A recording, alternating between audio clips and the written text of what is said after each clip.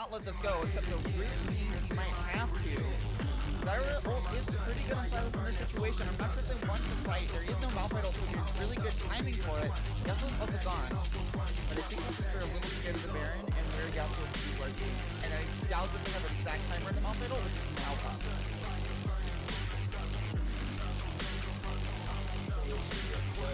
15 seconds of the dragon. Zyro's kind of used a little early. Doesn't catch anyone. Meanwhile, the other Zyro also catches no one, but it doesn't really matter because Malphite ult's coming. The Ashe ult, no Yasuo because Yasuo isn't here yet, but they don't really need him. The wind won't be there to stop Beast, but the damage will be, so he will fall. Doki will also fall under tower. Riptor is the only survivor. The base probably won't survive long. You don't want Brenda in the middle of everyone, which is kind of where he wants to be. This ult's pretty good. Can they run over the Karthus ult? Red face Beast is excited. Mom comes in. So they are able to get a Karthus ult. Where did that damage come from? Hoodie gets the inhibitor. They killed everyone but Riptor and Doki. Hoodie's gonna try to end the game. Teleport in. They don't even want the Elder. Yes, Riptor will teleport in, but just a shoulder. I don't think he can do it without ult. Doki is gonna try to save the game, but Kasana just kills everything so fast they can't get on Razor. Razor's just right clicking. Who's on Razor? No one. Way! PD Poro. Suddenly, out of nowhere, with 2-0. Wow! 2K goals down, and they still end up winning.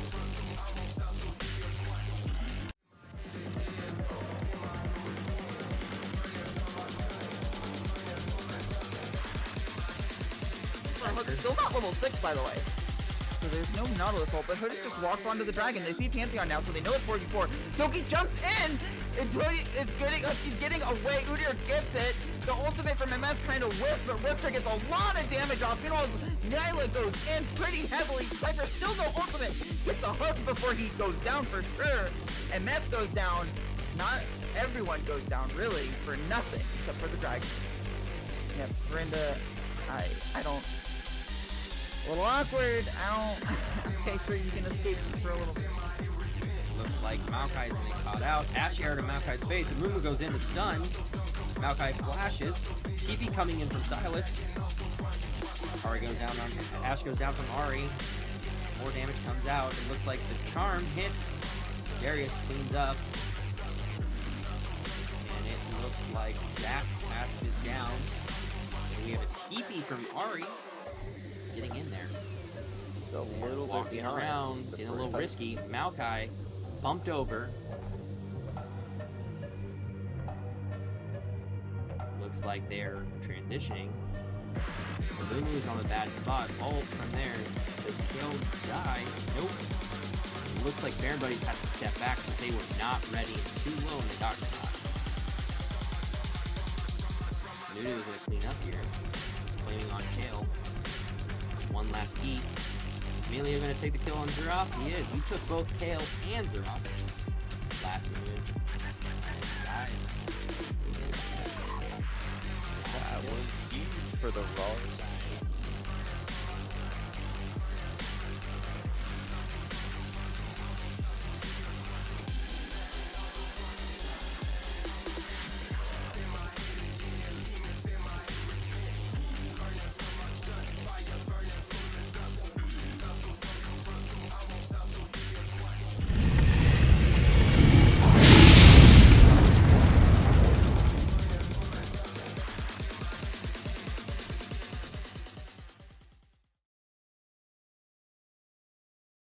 Alright, welcome to the playoffs for Arbiter.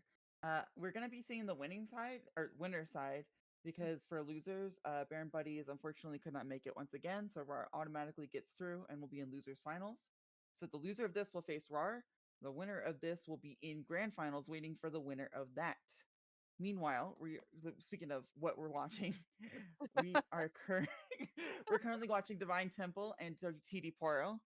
It was TD Poro that had, or no, Divine Temple that had side select, right? Yes, Divine Temple had side select. They picked red side to start game 1. Right. And then whoever wins gets a bye, just gets to sit next week off. The loser, yeah, and the loser will face against RAR. Yeah, so they get a nice week. They get to relax, and then they get to watch the games and then make their strategy. So So it's kind of interesting. So I'm not sure if people have been watching all of the leagues or if they're just watching Arbiter. But Doki is the jungler for in Arbiter. He also happened to jungle for a different league that we run in LXC, the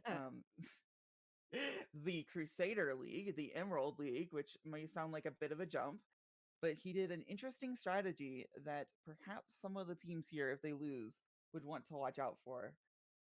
I don't know if they're gonna do that kind of VOD review of the Emerald team for RAR, just because Doki was in it, and see if they're gonna do something similar. But well, I uh, can say that in the document Soul put up for playoffs, he did mention that strat.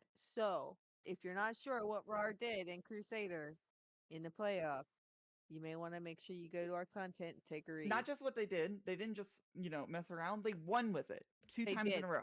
To They be won. clear, it wasn't like they were like, "Oh, Doki's here from Silver and he's gonna, you know, do whatever." He did a specific thing twice in a row, and it won against another Emerald team. Anyways, back in Arbiter League, however, we are gonna get started with draft.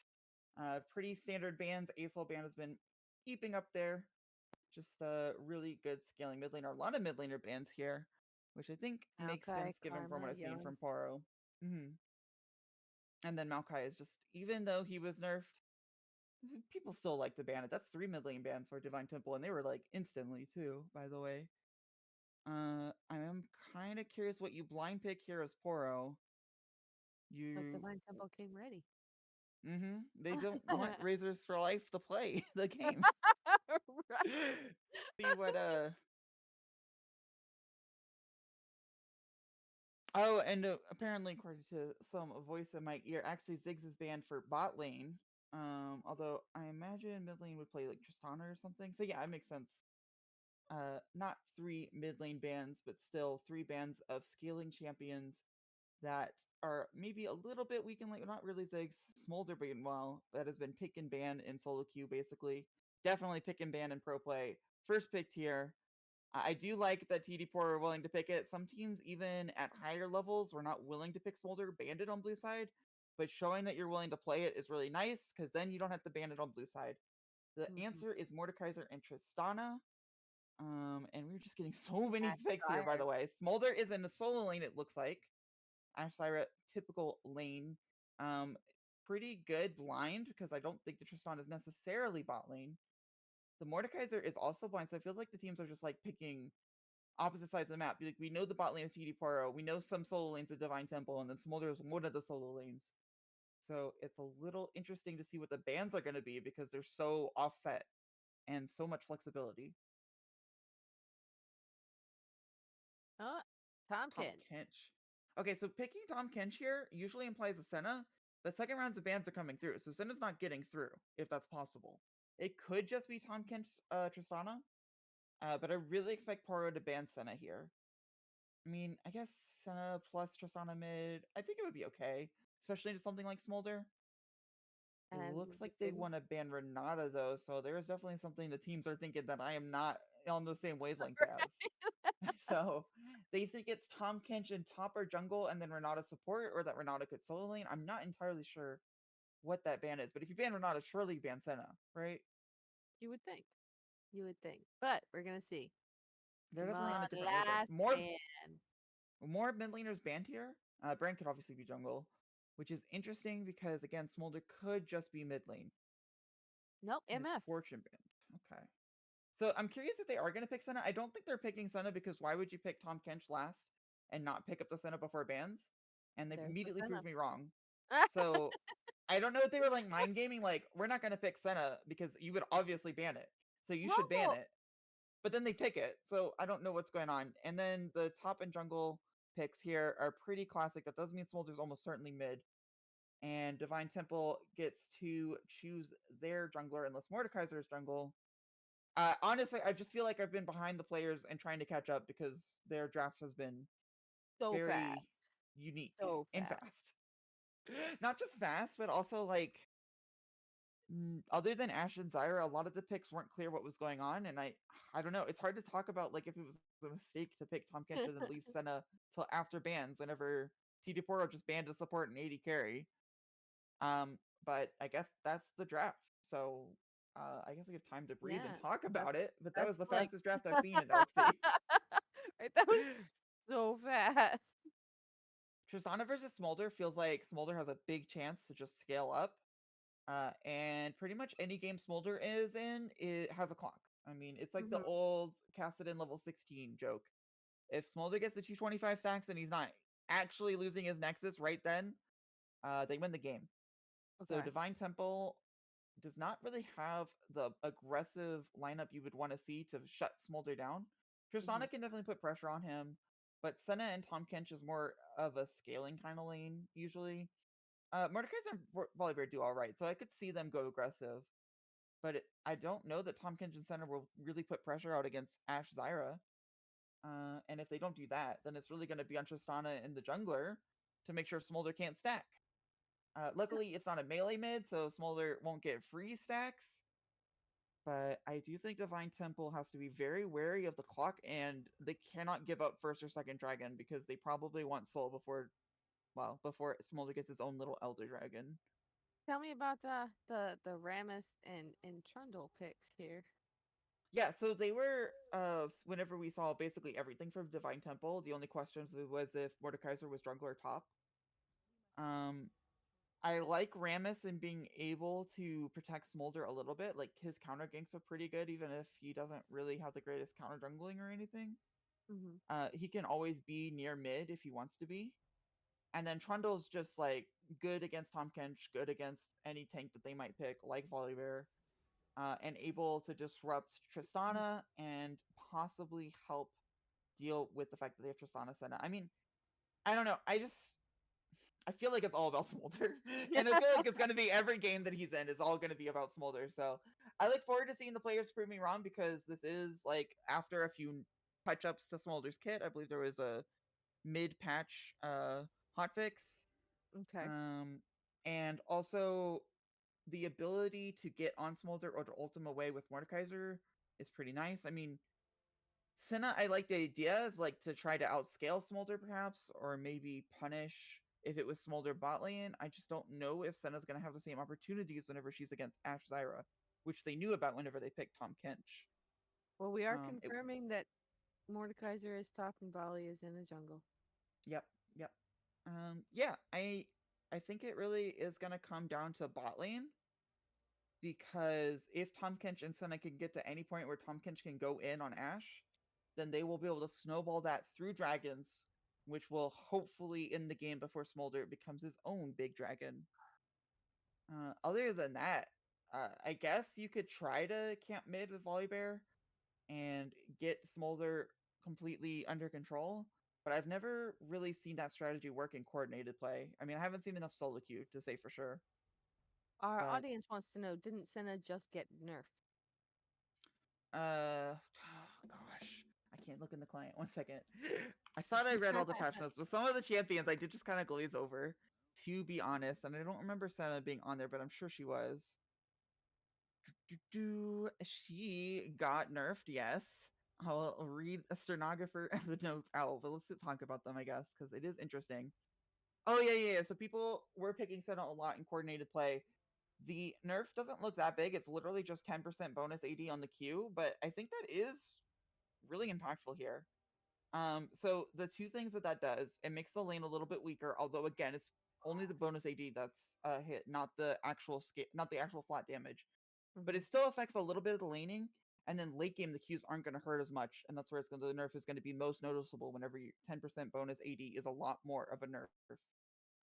Either way, I still think that it's probably strong enough in coordinated play just because how strong Senna was. And I don't think it was necessarily just because of the Q damage, but I'm not sure it's strong enough to deal with Smolder. Either way, we will have to figure that out after we get into game, which will be a quick break away.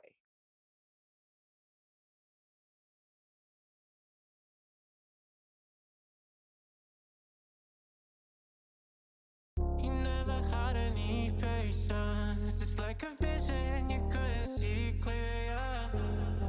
And now our life's a conversation. You bet it's only one side of love. I hear you saying, you say you like me better all the way. And I swear that I try, but I was so blind. They say it works it if you let them stay.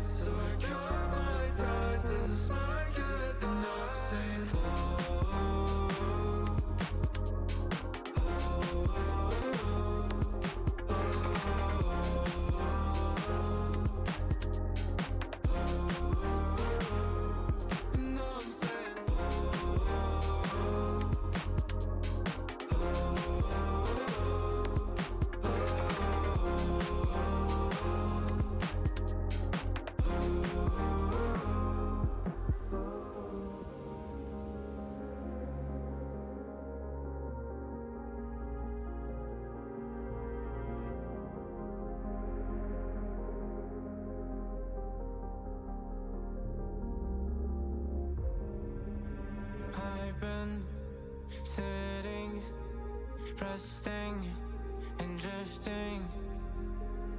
That was all that I had.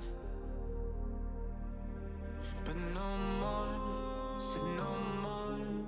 I faced it. My scars won't have ghosts. No more. You will never love me like I do. I would try to forget you, but I never do. And when I close my eyes, I'll know that you never by my side. You will never love me like I do. I would try to forget you, but I never do. And when my voice feels so light, maybe I'll be just alright.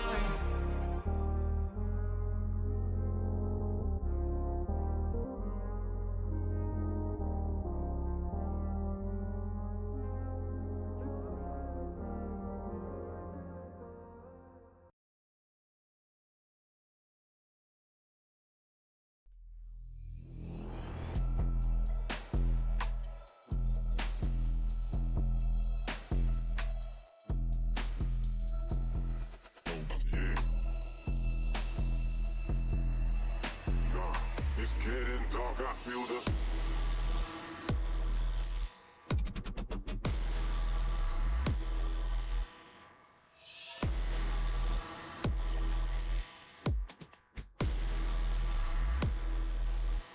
I feel the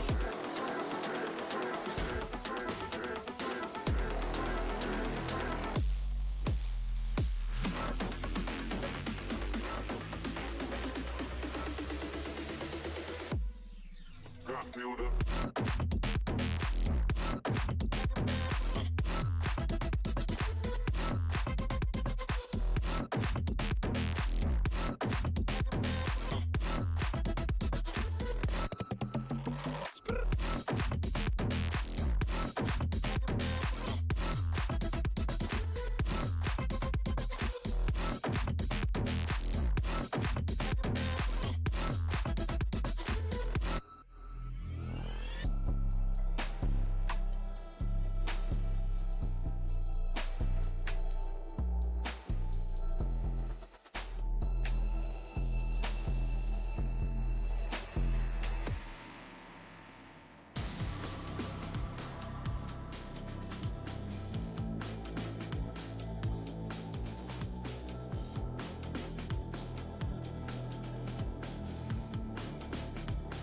It's getting dark, I feel the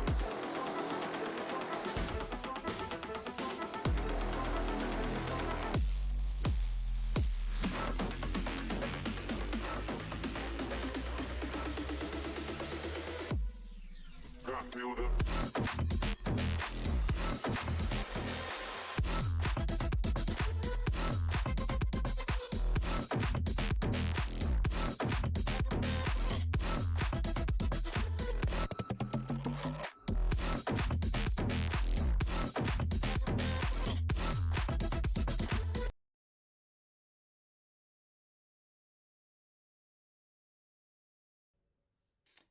Okay, welcome to Divine Temple versus TV Poro. Important to note, Tom Ken chose a support item, Senna will be farming, which has been the classic for a while. I think it might shift as people, shift the power level of Senna behind her souls or AD. But right now, she is comfortable just taking minions. Nice 5 point from both teams. Smolder has a Doran's Ring, which is definitely delays his build, but it definitely helps him stack because the mana means that he can be stacking happily a lot. And I think it makes sense against something like Tristana, where you're going to be fighting over wave control early levels. Though Right, Tristana right. will obviously always outpush you, you can at least make sure your jungler has a little bit of protection mid lane. Oh, hand. Oh, spots him out! Oh, Does Angry get Angry 5 Sim. gold? Oh, I can't tell on this if Angry has. Wait, I know how. Nope, he did not ping it. Yeah, Trundle pinged it. So Trundle gets the gold for pinging the ward. This is very important, by the way. I spent a lot of effort finding out who pinged what word because that 5 gold will determine the lane. You heard it here first. One hand got 5 gold. He will win the lane. Jungler starting bot side. is interesting. I think that Trundle versus Mordekaiser could be a pretty important matchup to impact, Mhm. but more so, I really think they're gonna want to play around mid lane.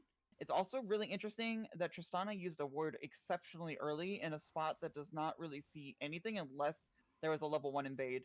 So Tristana will be vulnerable pretty early, except that the drunk. Oh, wait, this trade is actually insane. Angry's almost dead. Flash in. The bush though! Flash out! Sorry, I was looking at the minimap because top lane trades never go like that, but actually Angry misplayed it slightly, and then beautifully was able to walk into the bush right whenever one hand flashed. Flashes out, and it ends up okay. I'm pretty sure he's in an awful position, but at least both junglers are pathing towards him.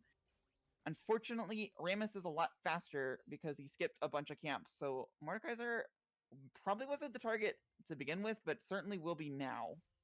No flash and half health with a wave that's in a really bad spot. I imagine that there's going to be a gank here momentarily. And I wonder if Glizzy Gobbler actually speeds up his camp clear, skips a camp or something to match this. I don't think he will. Oh, he should know. So Clawpaws put a really nice word on the Raptor Pit. It's obvious that it's up. They might not have known Rammus started bot lane, but if the jungler's really tuned in, he should be pinging back Mordekaiser any second now. However, the trade is going on and Angry does not care. No flash. The bush will not save you this time. And taunt, and he will get it first blood for one hand. Unfortunate that they were not able to use the information that Clawpaws was able to give them. But it's kind of hard there. I don't think Angry can really do much about it, right? Your lane speed is already awful. You could recall and teleport and buy nothing. That feels awful. It's really hard to make that decision, so I don't think it's necessarily... Oh, this trade is pretty good, however. One hand does not have flash. He only has teleport. Yes, if one hand escapes, it's kind of bad for Angry because he loses health and one hand will just teleport back in. But if you can hold the wave there, one hand teleporting back in will not be amazing for him because the wave will still be pushing out. So, and Mordekaiser has enough sustain as well that it probably won't be a big deal. Bot lane going about how you would expect. Tom Kench is 10 miles away, and Sen is trying to farm but having trouble. Actually, up CS, so I shouldn't say that, but you know, it just looks like she's having trouble. Well, I mean, it's all going kind of how we expected it for the most part. Top lane was really surprised. Oh, Tom Kench going in. I don't think this is going to work out, however. There's a lot of minions and Sen is far away. Also, he's on the support. Yes, the 80 carry will be fighting back there. I think that Ashes gets to walk away over, but Volibear is here. Gets the flash. Flash in. There's no stun coming, though. Does get this hung, but takes 2 tower shots for it. This should be a kill back. On to Alpha Wolf Killer. Yeah, the heal is not enough. Ignite means Decipher gets the kill. And that was just really aggressive. Yes, they wanted to follow up on Glizzy Gobbler. But I think the Alpha Wolf Killer was a little bit too eager to zone out Zyra rather than slowing down Husky Runner, who did Husky and run. Husky and run. Well, I look forward to seeing how well Husky does with his ash arrows. I haven't seen anybody do any like really cool ash arrows this split, so I'm a little sad about that. Top lane, by the way, is a little bit even. Yes, you see the CS lead now of 4, but there's a lot of minions just hitting the tower now, so Angry should be able to catch up. However, one hand is going on a bit of a journey. Gets some really nice deep vision. And for, oh wait, meanwhile, Kench going in, but there's such a huge mini wave. Look at all these minions hitting him. He gets rooted on the way out. He doesn't really have an exit strategy except for possibly all the damage is going to happen. Yeah. I think that all in was just a little bit ill-timed. Those minions hurt. Yeah. Rammus used the ward vision that Trundle got to get this camp. Volibear, I think, I don't know if he's giving it up or is trading it or just doesn't know Rammus is there. But now they're moving Rammus and Smolder. Tristana should be able to move, but I'm not sure it'll be in time because Rammus begins to CC and Smolder brings a lot of damage now that he's 6. Glizzy Gobbler will certainly fall, and now Clawpaws has to be careful. He just jumped. I think Hoodie wants the objective more than he wants Tristana, and Mordekaiser is on the way. But Clawpaws needs to scurry away. There goes and the be grubby. happy that only Glizzy went down. That's the 3rd kill, by the way, for TD Poro, all over the map. Mostly centered around that first trade that one hand got because it got one hand to kill, obviously, from Rammus gank.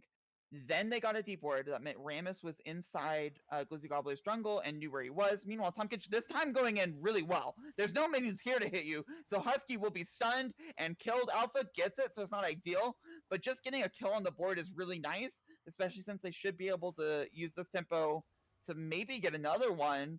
Decipher is walking away. There's no CC coming yet. Flashes out of that one. I think this trade favors one hand, but it might turn quickly with Mordekaiser ult. He's not willing to use it, however. Gonna have to use the shield. Doesn't even have it. So I was just completely wrong. Angry had to run away and still died fleeing. Yeah, it was the 5 gold advantage from It Purple, was. true. It totally was. Totally was. So tell me about the build. Tell me about what's So, going on here. Mordekaiser at least got one item in the blasting one, so he's been so far behind. Like, look at the CS gap. That at least having that breakpoint is nice, but it is just flat AP. Meanwhile, Rammus rushed the heal cut item. I don't know if it's that good in jungle. I don't usually play junglers that play Thornmail. I assume that it helps to clear a little bit. Usually you go with Immolate passive item, but people have been skipping that lately, so Bramble is an interesting choice. Mid laner, Smolder hasn't backed. Has teleport, hasn't backed. Should be backing now.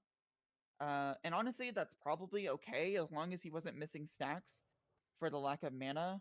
You're not really trying to pressure the tower of Tristana. That's not really ever a thing that's going to happen. So getting the farm, not missing any farm by staying in lane, not even giving up the 1 or 2 you usually do with a good recall, means that he gets to come back with Sheen, which is really good. A lot of CDR, and CDR early is really nice. Meanwhile, one hand finds Angry again. This is going to be a repeat of the same. Yes, you don't have Trundle ultimate, but I don't think that Angry has a chance to just trade back with only blasting one. Uses the flash off cooldown, essentially. And I think this is a dive attempt. I don't even think that one hand needs Rammus. We'll have to see. He at least can proxy because Rammus is on the other side of the map, and he should know that. Or not Rammus. Volibear's on the other side of the map. Rammus, meanwhile, coming up to at least steal Volibear's jungle. I don't know if they're going to go for the dive attempt on a Mordekaiser with ultimate. It's pretty free, so they probably will. But at the very least, Volibear does not get to enter this jungle. Here comes the dive attempt. Yes, Angry has ultimate, uses it well, but Rammus takes tower shots not amazingly. Able to ult out of the wall. That's insane. It doesn't show it here, but that means that Mordekaiser... Oh, the tower shot! He still barely lives, and Volibear is fighting someone up 2 levels. But the fact that Mordekaiser ult was able to reach over that wall is so absurd. Like, we couldn't see the circle, but that was probably like an inch over that wall that Rammus was able to ult to. Yeah, it wasn't very far. Meanwhile, going in again on a huge minion wave. Yes, you get the support down low, but if you don't get the kill, Ashe is going to make you pay for it. No, and you can't go up here either, Senna. The oil comes through. Heal will be enough to get you out for now, but you have to use heal and flash and the auto attack. Means that Bulldog has to pay for Alpha Wolf Killer's aggression. So just to keep track, every time Tom Kinch W's in with minions, he dies. Every time he W's whenever there aren't minions, he gets a kill. Just keep track of that. Minions hurt. Yeah, minions and look at hurt. how much Senna's denied here. It's a whole wave. Not going to be able to deny Ashe anything. And I think that Ashe is coming back with, like, I don't think a Kraken Slayer, but certainly most of it. Okay, I'm not on crack. I just literally saw a chicken with a pizza around its neck. Yeah. Yeah. All right. Sorry. How? Sorry. So this is the problem, right? We're talking about shutting Smolder down. Mhm. Smolder is not the issue here. Everyone else on the map is super accelerated for TD Poro. Like, Razor is just able to stack up while the rest of TD Poro is like, we will be the ones that will explode your Nexus before Smolder gets 225 stacks. Which is not a good place to be in, because unless TD Poro has a major throw, you're not going to get the resources you need to shut down Smolder before he can get souls. Like, imagine that this game goes how it's looking, and TD Poro gets the next 2 dragons. It would be really unlikely that Divine Temple gets the next dragon, for example. They probably will lose the next 2. Mhm. To shut down Smolder, they probably need Soul, or at least a Baron. And by the time that they get Soul, I mean, you're talking about like 5 dragons in, 6 dragons in, Smolder will be 225 stacks. So I think they're... Oh, meanwhile, aggression onto Smolder, but he flies out. I don't think Husky is dies here, right? Like, yes, they get some CC down, but it's under tower. Here comes Glibly Gobbler, shuts down the turret. This will be a successful dive. Zyra is coming, but it's going to be too late. The only hope is that, oh, that's an interesting visual thing. And yeah, they did not know where Volibear was, despite the wards, and the Cypher was not there yet. And Ash didn't respect it, which is understandable, because respecting it means backing away to second tower. Meanwhile, Angry is not respecting dying. And I think One Hand is saying that he doesn't want Smolder to get 225 stacks. He's going to end the game first. Yeah, I was Oh, gonna say I good really route. feel like One Hand is kind of trying to draw everyone's attention to him, Yep. and I mean, yeah. they've left Smolder alone because he's become such a There's threat. 3 people up here over. The shutdown going to Tristana would accelerate the game. I think that's the only way that Divine Temple gets back into the game. This is a huge mistake from One Hand if it goes down that way. I don't think it'll cost him the game, but he's certainly going to die. They need to give this to Tristana. 1 down. Please give it to Tristana. Oh, they can't even give it because of his healing. This is insane. Kloppa's hitting the minions. They do get the shutdown on Tristana, but they spend so much on it. They're going to lose the dragon for it, which, again, they were probably going to lose anyways. But I don't think that Tristana can really carry from this position. Like, yes, you gave her a shutdown. She's got a good amount of CS, a good amount of experience, but how do you ever slow the game down whenever One Hand is bringing up 3 people, killing 1, and making you expend a lot of summoners? Oh, I think that Senna is dead here. Really good ultimate, sure, but now Rammus is in your face. Give the kill over to Ash. It's not just Trundle that's a problem. He's just the biggest problem. He's a troll. Yeah, he's a troll, and he will be trolling all over your Nexus, and if he ever falls off, then Smolder will just press Q. Yeah, you want to see the team that isn't playing Smolder have the 6 scrubs, so that way at least they can pressure towers down, maybe get an inhib down, maybe in the game. But Smolder has it. Smolder has the Ash Zyra that's super ahead. Well, okay, I shouldn't say super ahead. They're actually pretty even. But everywhere else is super ahead, right? Jungle is super ahead. Obviously, Trundle's super ahead, and even Smolder has a CS lead. Yep. Very much so. Yeah, and this Herald, I can't imagine any world where Divine Temple can even pressure it. Trundle's going to be right next to it. So maybe they get some not plates, obviously. These plates are falling off now. Maybe they get some power pressure bot lane, because Zyra is going up for this. But tower pressure bot lane is not going to match how much damage this Trundle can do once they get Herald.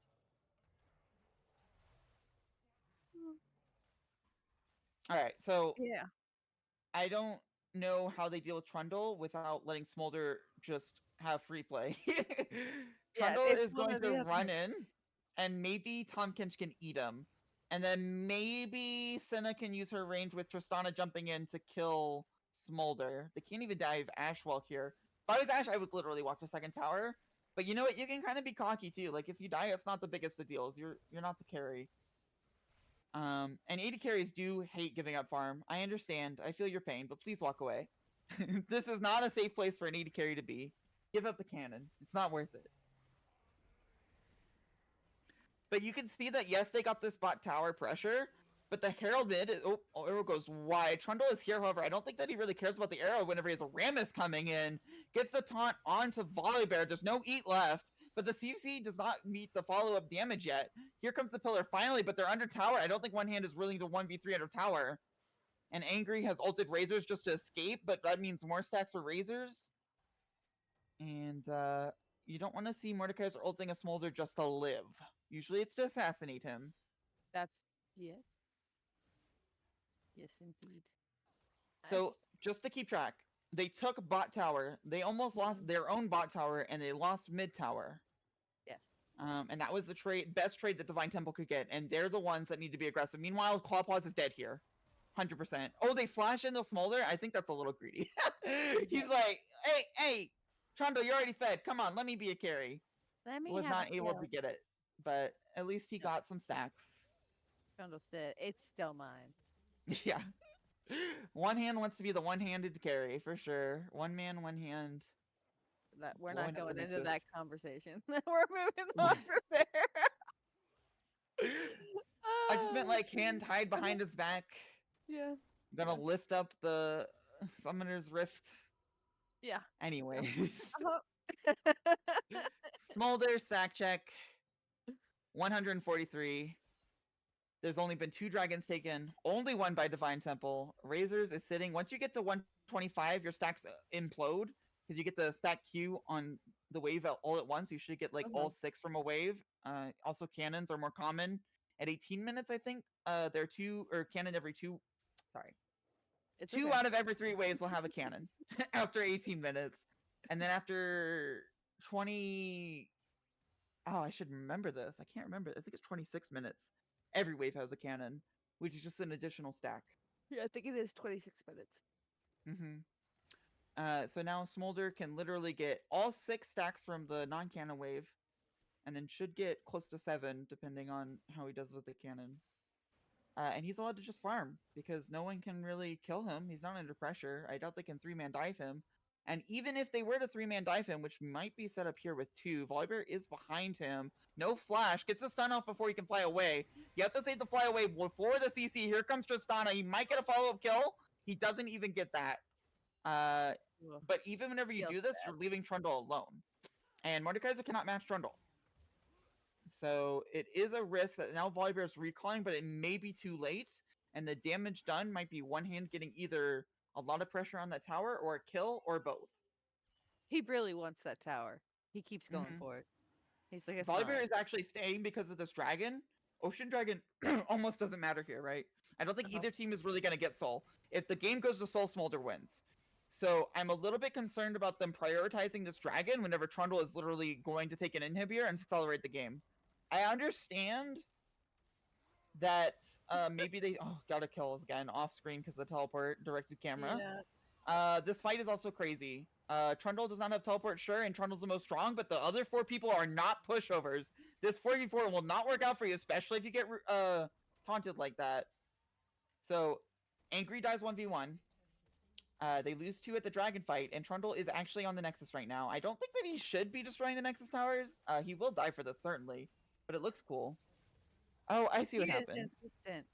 I told you, he wants to win this game. Got another kill, and I don't think the support is going to be able to stop it alone. So here comes Volibear, here comes Mordekaiser, and they will finally shut him down. Oh my god, he almost kills Volibear. It looks cute. I don't know if it's right to take both Nexus Towers for giving the shutdown. It probably is. I mean, they if have you 6 can rounds. get it, you give it. Yeah, it's just like... Okay, imagine you give both teams 1,000 gold. That favors the team that's behind, because the closer they get to more items, the less relevant the lead is. However, you're right. I mean, I was expecting him only get 1 tower and die for it, but he got 2 towers and a kill, so it's absolutely worth it. Yeah, yeah. It was. And you know, with as aggressive as he's been playing, then he's gonna let his team pull them down to like Dragon or Baron or something. He's gonna go in and finish the game. I mean, again, I don't think this game's going to Soul. You can almost give the 3rd dragon as DT, and I don't know, you go for some miracle play where you give Soul, you wait for Elder, and then you, by some miracle, win the fight despite Smolder having 2... Okay, I'm trying to come up with some narrative where they win. I don't know where they're supposed to play to. I guess Senna. Right, you give Senna a bunch of souls, maybe she can outrange Smolder. Losing the inhibitor might be step 1 because it gives Senna more souls, I guess, for free. I mean, she's sitting at what, 44 right now? Oh, meanwhile, Tristana's dead. Bye, Tristana. It would have been worth it if she got the tower, probably. I mean, they will lose Baron for it, so maybe not. It's hard to criticize, because there's no play here that really gets you close to winning the game, so you might as well try the riskiest one. This will be a Baron start, which is, like, a little risky. Volibear doesn't have Flash, but there are Blast Plants. If he loses Baron, it slows down the game immensely. Here comes Volibear for the steal attempt. However, they can zone him out. It's not that risky, because he is dead. And they will go back to Baron. I think the only risk is if he literally Blast Plants in perfectly, and that is really hard to see. Decipher flashing is honestly not... I mean, I shouldn't criticize that either. It doesn't matter. You can flash as much as you want. One hand can right-click this tower as much as he wants. They can miss the smite as much as they want, although Alpha Wolf Cooler did give a Valorant attempt to get the kill. And meanwhile, one hand actually going to die here. Which is probably a little bit of a mistake. Because again, whenever you take an inhibitor, you're putting yourself on a clock a little bit, or you're at least giving them a little bit of a slope, right? They get extra minions, XP, and gold, and you're denying yourself that by constantly pushing in. So if one hand dies, and that's most of their pushing power, it isn't. Look at all these grubs and Baron. It could be a problem, but they have Baron. They have 6 grubs. They have a Smolder that's close to 225 stacks. I don't think they care if one hand literally right clicks into their Nexus. Infinite, Yeah, so he's infinite at grubs, 194. Smolder's at infinite 190. grubs, Infinite grubs? and they just right click the Nexus and a bunch of grubs will spawn. Tristana jumping in trying to make some miracle play, but the taunt means that they do get the Kinch ult, but Mom is here! So Clawpaws will die. Next Mordekaiser once he gets out of his ultimate, or not, just the Nexus first, and that'll be game 1 of TD Poro in 20 minutes with a Smolder. 22 minutes, but you know. 22 minutes. Not even getting Smolder to 225 stacks. You know, Smolder is barely a champion before 225 stacks. He definitely isn't before 125, really. And they didn't need the champion in the mid lane. Talking about the game lasting until 2 a.m. because, you know, just not gonna happen. Yeah, Soul's not gonna make me I stay up. recommend that TD Poro slows down their draft because I think they got the wrong read of it, unfortunately. You know, actually, maybe it's just the Trundle, and that was last pick. It is looking like a Trundle diff a little bit. I mean, you can't really say it's Smolder. Yes, the bot lane of TD Poro also was in a bad position, but you expect Senna Tompkins to be in a bad position there. If you're gonna have TD Poro continue to go red side, I don't know. I feel like they have to ban Smolder because I can't see them. Well, finding the way forward is really hard if you were the coach for TD Poro. Or, am I making the teams right? Sorry, Divine Temple. You'll get there. I promise you'll get there. Oh, man. Yeah, for Divine Temple. How do you draft after that? Do you pick red again? Do you Well, ban it's not. Smolder because you Well, can't it's have the not Divine pressure? Temple's side pick. TD Poro now has side pick for game 2 Oh, because we gotcha, are in the gotcha. playoffs and it flips back and forth between teams. So Okay, so they might be forced to red side because their red side draft did not look sustainable. yeah, yeah. So we will know in a few minutes what side Poro picks. So I mean, how do you even look at that? Like, yes, your top lane absolutely collapsed, but even if you fix that, the other lanes, well, I mean, it's hard to say because the game was so corrupted by top lane collapsing before 3 minutes that it's like the other lanes weren't in a vacuum. Tristana did fine. Senna, Tom Kent were scaling. Mm-hmm. Uh, and if top lane didn't go that way, I think that their draft still has issues just because you drafted a weak bot lane and a sort of not punishing mid lane against Smolder. I don't But think it's really hard. I don't think our I don't think our Twitch viewers agree with the jungle gap comment. No, well, okay. Gosh, it's hard to dissect the Okay. game because it's like looking at a painting that just had red paint dripped on it from top lane, and it's like, what can we say about this painting? I don't know, the fucking top lane one. um, Top lane but one hard.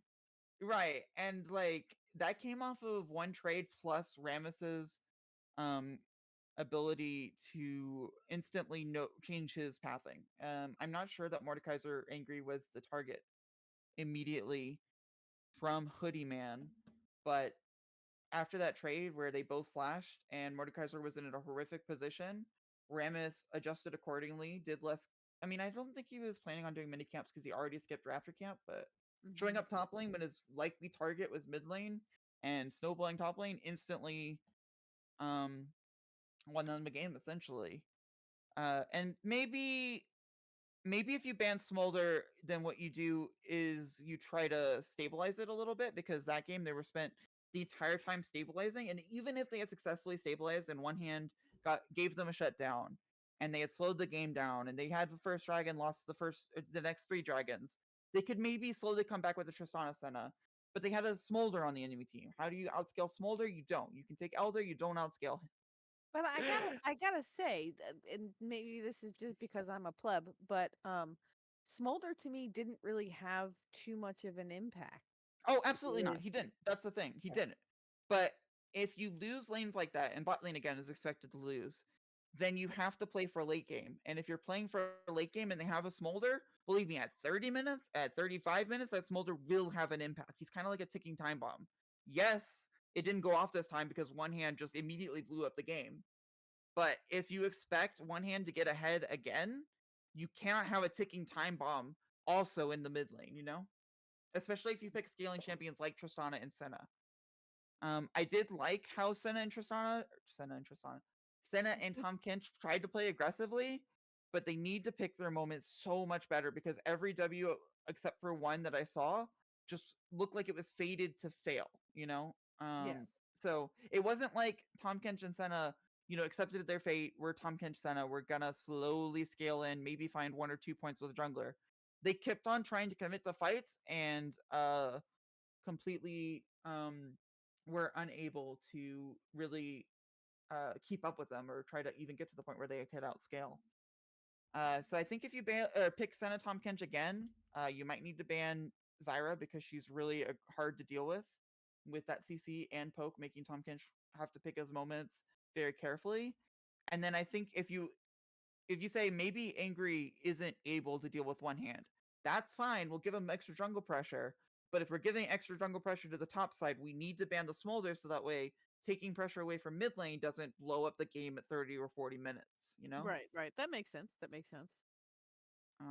Because I don't think it's really if you lose the top lane like that in 3 minutes as Mordekaiser versus Trundle, I don't think it's realistic to draft expecting Angry to be able to not lose the lane again. Yes, he probably won't lose that badly, but you shouldn't expect him to win. And if you don't expect top lane to win, and if they might put jungle pressure there again because of how effective it was game one, Hmm. you really cannot allow the pressure to be still mid lane, and that leaves Smolder a little bit ahead.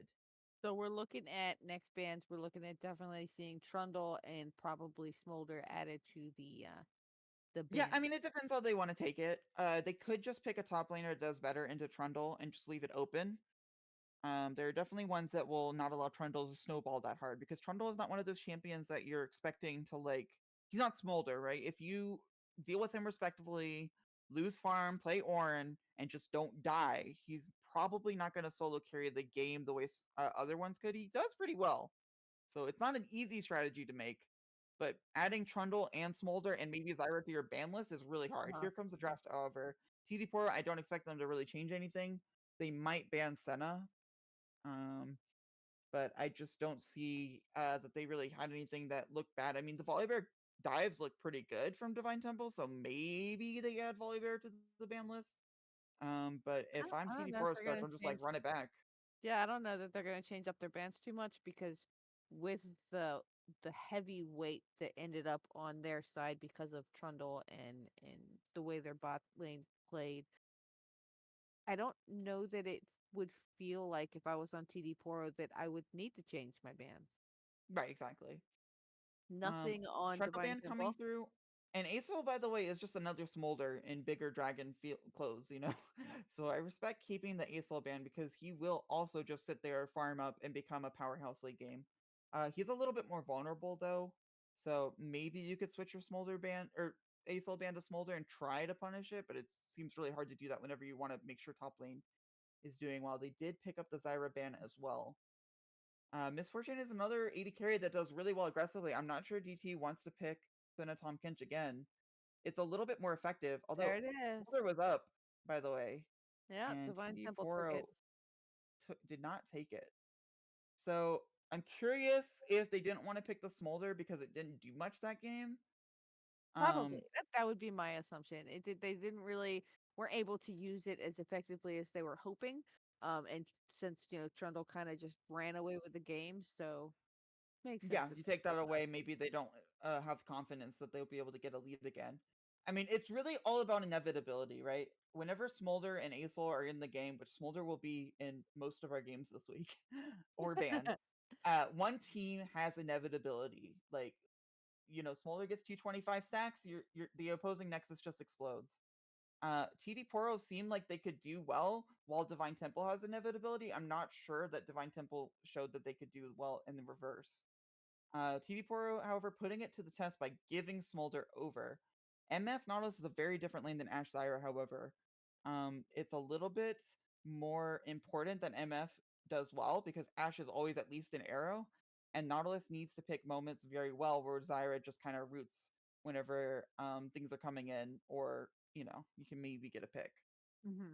Not the worst if you miss a root whenever you're aggressive, but if you miss a hook on Nautilus whenever you're aggressive, you're not going to be able to get out and you'll die. Lilia, however, is a really nice pick to try to pressure Smolder maybe, and also just does really well with how Hoodie Man played last game with the aggressive jungle style. I think Lilia matches that really nicely. Come on, DT. Okay, so What what you does got for ET us? change here? You don't say the mid laner yet. I don't think Smolder is going 80 carry. It's possible, and I wouldn't hate it in this lane. It's a little scary But, though. but, Kane Jong makes a interesting choice because again, you are the one with inevitability on your side. Kane usually goes against inevitability, right? You see that Acel, you see a Smolder, you want to punish it. You pick Kane, you go super aggressive and try to end the game before they get a lot of stacks. At least from my understanding. I'm not a Kane player, to be honest. I try to forget the champion exists. Um, but with the Smolder on your team, it does work well with the Braum, but it does also seem like you want a more aggressive either bot lane, mid lane, or top lane, depending on where Smolder goes, to be able to capitalize on this Kane. Because Kane loves to be in the enemy jungle. It's hard to do that whenever you have Smolder mid. Although, then again, you're Kane. Like, honestly, priority doesn't mean anything to Kane. His mid laner can be under second tower and he'll be invading and he can't die because Kane just walks through walls and Qs and Rs, and I love the champion. Anyways, she's like, I don't know it, I don't play it, but I love it. so I don't think having a weak mid lane will be that punishing for Divine Temple, despite their aggressive jungle pick. And Smolder might be their weak mid laner. I like the Varus ban, however, it's a lot safer against Nautilus and Misfortune. Forcing I don't think that Zac ban makes sense, does it? Zac top, I guess. Um Are they? but they're gonna blind pick. Okay, so Ash bot lane, I like it a lot because this means you can play safe against MF Nautilus and you will still be fine. You have so much CC with Braum and Ash, and Smolder will finish the game. You just don't die, right? Divine Temple had a lot of problems with Tompkins going in and trying to force plays. With Ash, Braum, they can sit back, let MF, do the annoying things, try to dodge Nautilus hooks, and late game Smolder will be there, so it's fine. And if they force MF and Nautilus to go too aggressive, Kane will punish. Meanwhile, Yasuo pick is absurd. Not like absurd, like, oh my gosh, what are they doing? But just like completely out of the realm of what I was expecting. There's not exactly an easy knockup here. Yes, Nautilus are, but not an easy AoE knockup. Mm-hmm. It's also into Smolder, and I feel like Smolder gets a lot of free stacks that way. Except it might be Gragas top, Gragas mid, Yasuo top. I like the blind pick Gragas. It's really aggressive like Trundle is. It doesn't snowball as hard as Trundle does, though. So if you pick something like Ornn, you might be able to withstand it. And Ornn gives you more inevitability. However, it does mean Kane doesn't have much to play through. So while I would like Ornn, Divine Temple kind of put themselves in a corner with the Kane pick. I think it's still possible, though. You pick Ornn and have Kane just farm. And, he'll just be an assassin later, sure. But you have enough damage with Smolder. Maybe Kane can just be pressure to keep Smolder and Ash fine. The other thing to do would be to pick an aggressive top laner and try to prove that Angry can do it. Decides to go with Ornn. I think this Kane is a little bit out of place, but everything else from Divine Temple looks so much better than what they drafted last game. And I really am not sure that TD Poro should have let Smolder through. I respect not picking it because it didn't do much that game, but you are choosing to let inevitability be on Divine Temple side, so you should probably ban it if you don't pick it. However, I mean, let's be real.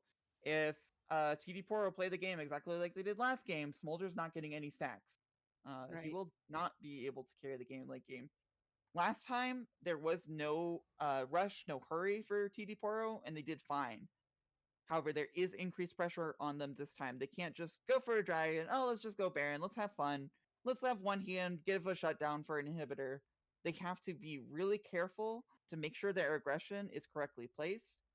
And if one hand does not get ahead like he did this game, or as ahead as he did like Right, this right. game, the first game, that might be much harder for them to do. So I think that this game is really going to be around top lane. Can Angry prevent himself from dying on Ornn, which should be possible? Can Kane put pressure on those putting pressure on Smolder and Ashe, right? Like, the best thing a jungler in this position can do, he's not really going to look for pressuring someone under tower or anything, but if someone's bullying Smolder on Yasuo, or someone's bullying Ashe on Nautilus, if Kane's there suddenly, it really works out well. I still think that there could have been a better team fight oriented pick, like Jarvan even, to just even solidify even more into that role.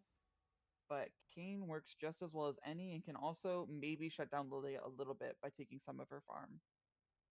But again, this game is really going to come down to, can any of the lanes from TD Poro, because they should have at least 2 winning lanes, maybe 3, depending on how Yasuo goes.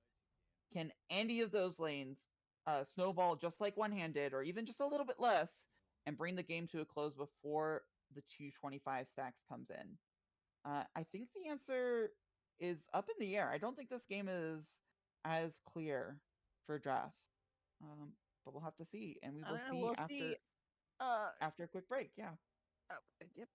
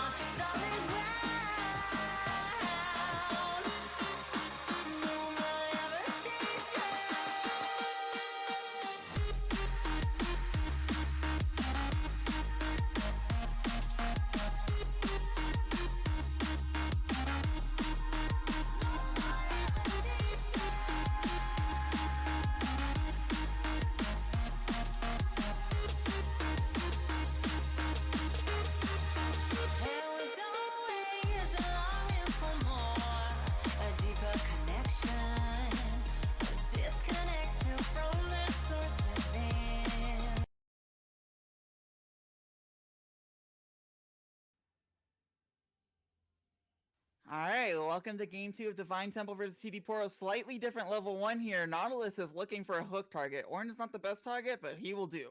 They will take him for sure. Angry might get flashbacks if he's first blood again. I think he'll see him quickly, and also he can level W here. If he levels W, he's fine. Doesn't even have to do that. They just get Ward Gold and XP. Probably not a big deal. Meanwhile, the bot lane of Divine Temple is reacting appropriately by getting deep vision. Because all 5 are topside. They're actually going to make a home there. I don't think they want to fight Nautilus level 1, but they are willing to at least see if they can get away with a heist. Mm-hmm. Actually, there's only They're 3 of not them gonna be. They're here. gonna be found out. TD Poro doesn't know yet, because they would be sending Yasuo for sure if they did. But this is definitely an expedition. They're going to walk into Nautilus. there Nautilus it gets is, stunned there here it before he is. can hook. Decipher doesn't even get a hook off. He's just dead. By Decipher. It was good to see you. And Glizzy can just make his home here. He can do whatever he wants. They will have vision of him, so they'll know what's going on. But yeah, he just makes his home here, and it'll be cross-map vertical jungle with Nautilus being late. And I think Bulldog and Alpha Wolf Killer are sitting pretty. They didn't get first blood. Kane got it, which is great. I mean, Kane snowballs pretty well. But also, they're going to have a jungler here, and Lilia will not be anywhere close anytime soon. Nautilus is also going to be late to level 2. Bulldog should be able to just farm up and play exactly the way that Ash Braum wants to play. And it might actually turn into a bully lane where Husky Runner has trouble farming, depending on how it goes. They should get level 2 here pretty quickly. Nautilus is really good at fighting. Meanwhile, Glizzy bullying Razors rather than going directly to his jungle. And Lilia got 1 buff and tried to join. I don't think that that's the right move because I doubt Kane has any pressure on Yasuo. And all you've done is just delay your jungle so much that actually Glizzy Gobbler is going for his own jungle, and we might see a 3 buff here. Okay. This is going to be a huge lead for Kane. 400 gold for first blood. Got a little bit of XP mid lane, and is now going to have it basically 3 entire quadrants, while Lilia only gets 1. It's gonna definitely give him a good advantage. Right, which is exactly what you want on Kane. And while I said before that Kane wasn't going to have many opportunities to go aggressive and he was really going to have to play around the opposing team's aggression, this Nautilus hook is kind of scary. You're going to get stunned, and this Ashe is going to do so much damage to you while Husky can't really match. I'm not sure it's a trade that they want. Bulldog might have gotten 1 or 2 mini 2 auto attacks because it took 12 minion hits. But the Nautilus hook was a bit aggressive. Meanwhile, on one hand, low on mana. So Angry is not afraid. He will take those trades this time. Well, we know from last game one hand is pretty aggressive, so we'll see if he can manage to be a little patient as well this game. So Lilia's going for the invade, and yes, they have bot Prio, so they're really going to attempt it. They have good vision control too, but Ashe E means they can't stop any vision control. It's going to be really a flip. There's no way the fight starts before this buff goes down. Who gets it? It's going to go to the Lilia. Can they get out, however? Ashe slow is going to be massive, and Glizzy has so much level advantage and going to be able to possibly get a kill. Hoodie gets ignited. This will be a kill on Hoodie. Nautilus is also probably going to fall. Husky's going to fall. And it's just a disaster out of invade. Here comes Braum to get the kill, I believe. Oh, they flash over to give it a Smolder. Questionable if that's worth it. I like it, though. Really nice economic advice. Flash the Smolder over. Because a kill is going to give him more than enough in lane. However, he's down like 10 CS. And he has to go back in lane against an aggressive Yasuo. This is actually kind of scary for Smolder. This is actually the Divine Temple I was expecting to see in game 1. Right, but Claus is giving up away for this trade, and Angry's taking XP as well. So if he gets too far behind Yasuo here, yes, he got a kill. But the fact that he's 19 CS to 32 might mean the lane is still hard for him. Right. And that's okay, because look at how much XP. Look how much XP. Look at how much XP Orange just leached from Smolder. Smolder is still level 4, while Yasuo has more minions to farm left at level 5. Once Yasuo gets level 6, if Smolder does not play like the scaredest little dragon hashling he can be, he will die. Is able to get some nice trades here, some stacks. Razors might be a bit too aggressive. If he backs now, gets level 6 first still because of how far behind Smolder is, maybe he can get a level 6 advantage with item advantage. It's a little risky because you might give up level 6 advantage. Would definitely in the lane, however. Meanwhile, top lane fight over wards. Both go down. Pog. And Angry doing a lot better in the trades today, or this game. Angry's angry. Yeah, and not He's like, dying. I owe That's the you. big part. I owe you. And I don't think it's really his job to be aggressive in this lane. I think he could just stand and not make the trade so big. But I mean, if he doesn't die, it works. He might actually get a kill here if Gragas stands right there. I don't think the mini damage might be enough. Actually, the aggression. Oh, the pillar runs out. However, one hand still has to run away from Glizzy Gobbler. And yes, you have flash, but Glizzy is really strong. Decides not to go with it despite the item advantage because Lilia is there. And Angry is not going to be able to join. No mana, no health. So this might mean Lilia just gets crab. I doubt she goes for grubs or anything. And Yasuo was not able to utilize the level 6 advantage because he recalls now rather than just before he got 6. So Smolder will get 6 now, and there will be no level 6 advantage. And I think that's just a bit of a misstep. Meanwhile, Glizzy punishing one hand. If he gets this kill, it will absolutely destroy one hand's ability to play this lane and punish Ornn. Even not getting the kill, the wave is pushing out. That's going to kill so many red minions up there. And one hand will fall further. Well, he's not behind now, but he's not going to be able to punish Ornn that much. Meanwhile, knockup not quite making it, I believe. Those knockups are scary as Smolder, but your E is a pretty good tool to get out of it. And you're just happily stacking up, you know? It's nice seeing a lot of gear on this one, a lot of items. Whereas last game, it was a lot of empty. A lot of empty. Yeah, they are staying even. Like, the jungle is super ahead, of course, for Divine Temple, but the lanes are doing great. They're just staying even, which is what they need to do. You know, Ashe has 4 assists, whatever. That's a little bit of extra spending money. But all she has to do is just live. They get all 3 Void Grubs without giving up the dragon, which is huge. Usually you give up the dragon whenever you get first for the Void Grubs, but because of how far ahead Glizzy Gobbler is, they're able to get Void Grubs without giving up dragon.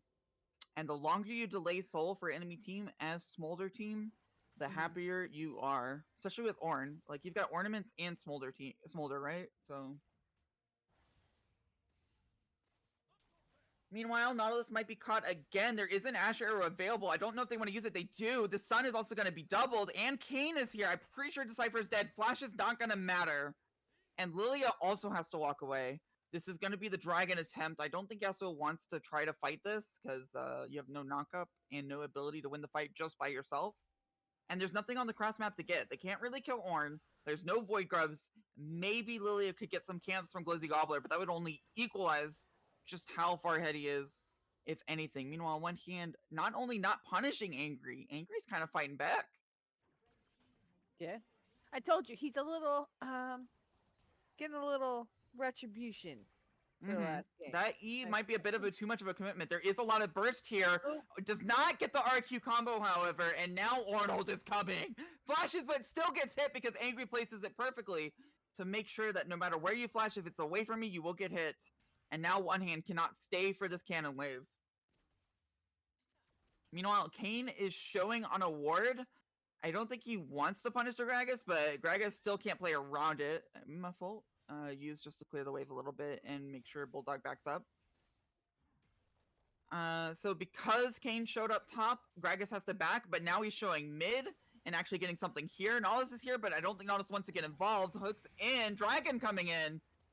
And no one will die, but certainly a powerful roam from Braum and Kayn. Oh, yeah, Void Grubs is the next thing, right? I can't read the timer that well because Riot still messed it up. Yes, it should be Void. Oh, Glizzy is actually going to find Razors here. I don't think Razors is strong enough to win this, so he does have to dash out. Really good dash, but that called Nautilus even further up. Right, so Nautilus only has boots and a cloth armor, and he's been out for 10 years. He's not level 6 yet, and he went for this roam. How does he return to lane and ever punish Ashe? He's not 6. He won't be 6 for a long time. And he has no items. Yeah, so it's looking like Grubs will be up in just over a minute, and yeah, that's... And honestly, DT can do what they want. They can give the Grubs, they can keep them up until Dragon's up to try to bait the trade, which would favor them because Mountain Dragon, whenever you're already scaling, is insane. They can do literally anything they want forever. There is no wrong way to play this game now. all they have to do is make sure they don't throw a shutdown to the wrong person, which would probably be Yasuo or MF. Blizzy's not going to throw a shutdown here, however. One hand should be very dead. Has ultimate, it is going to come out here, but you're fighting a Kayn, so he just gets to go untargetable. Dives under tower, has the Q there, but just ease out, because that's how Kayn works. That is how Kane works. Now we get to watch the nice back and forth in bot lane. Yep, Nautilus is still super behind. Not only does he not have gold, he hasn't recalled in a long time. So there's no way that a hook is ever going to have pressure unless Lily is here. But Lily has been called to the top side to defend against 6 scrubs.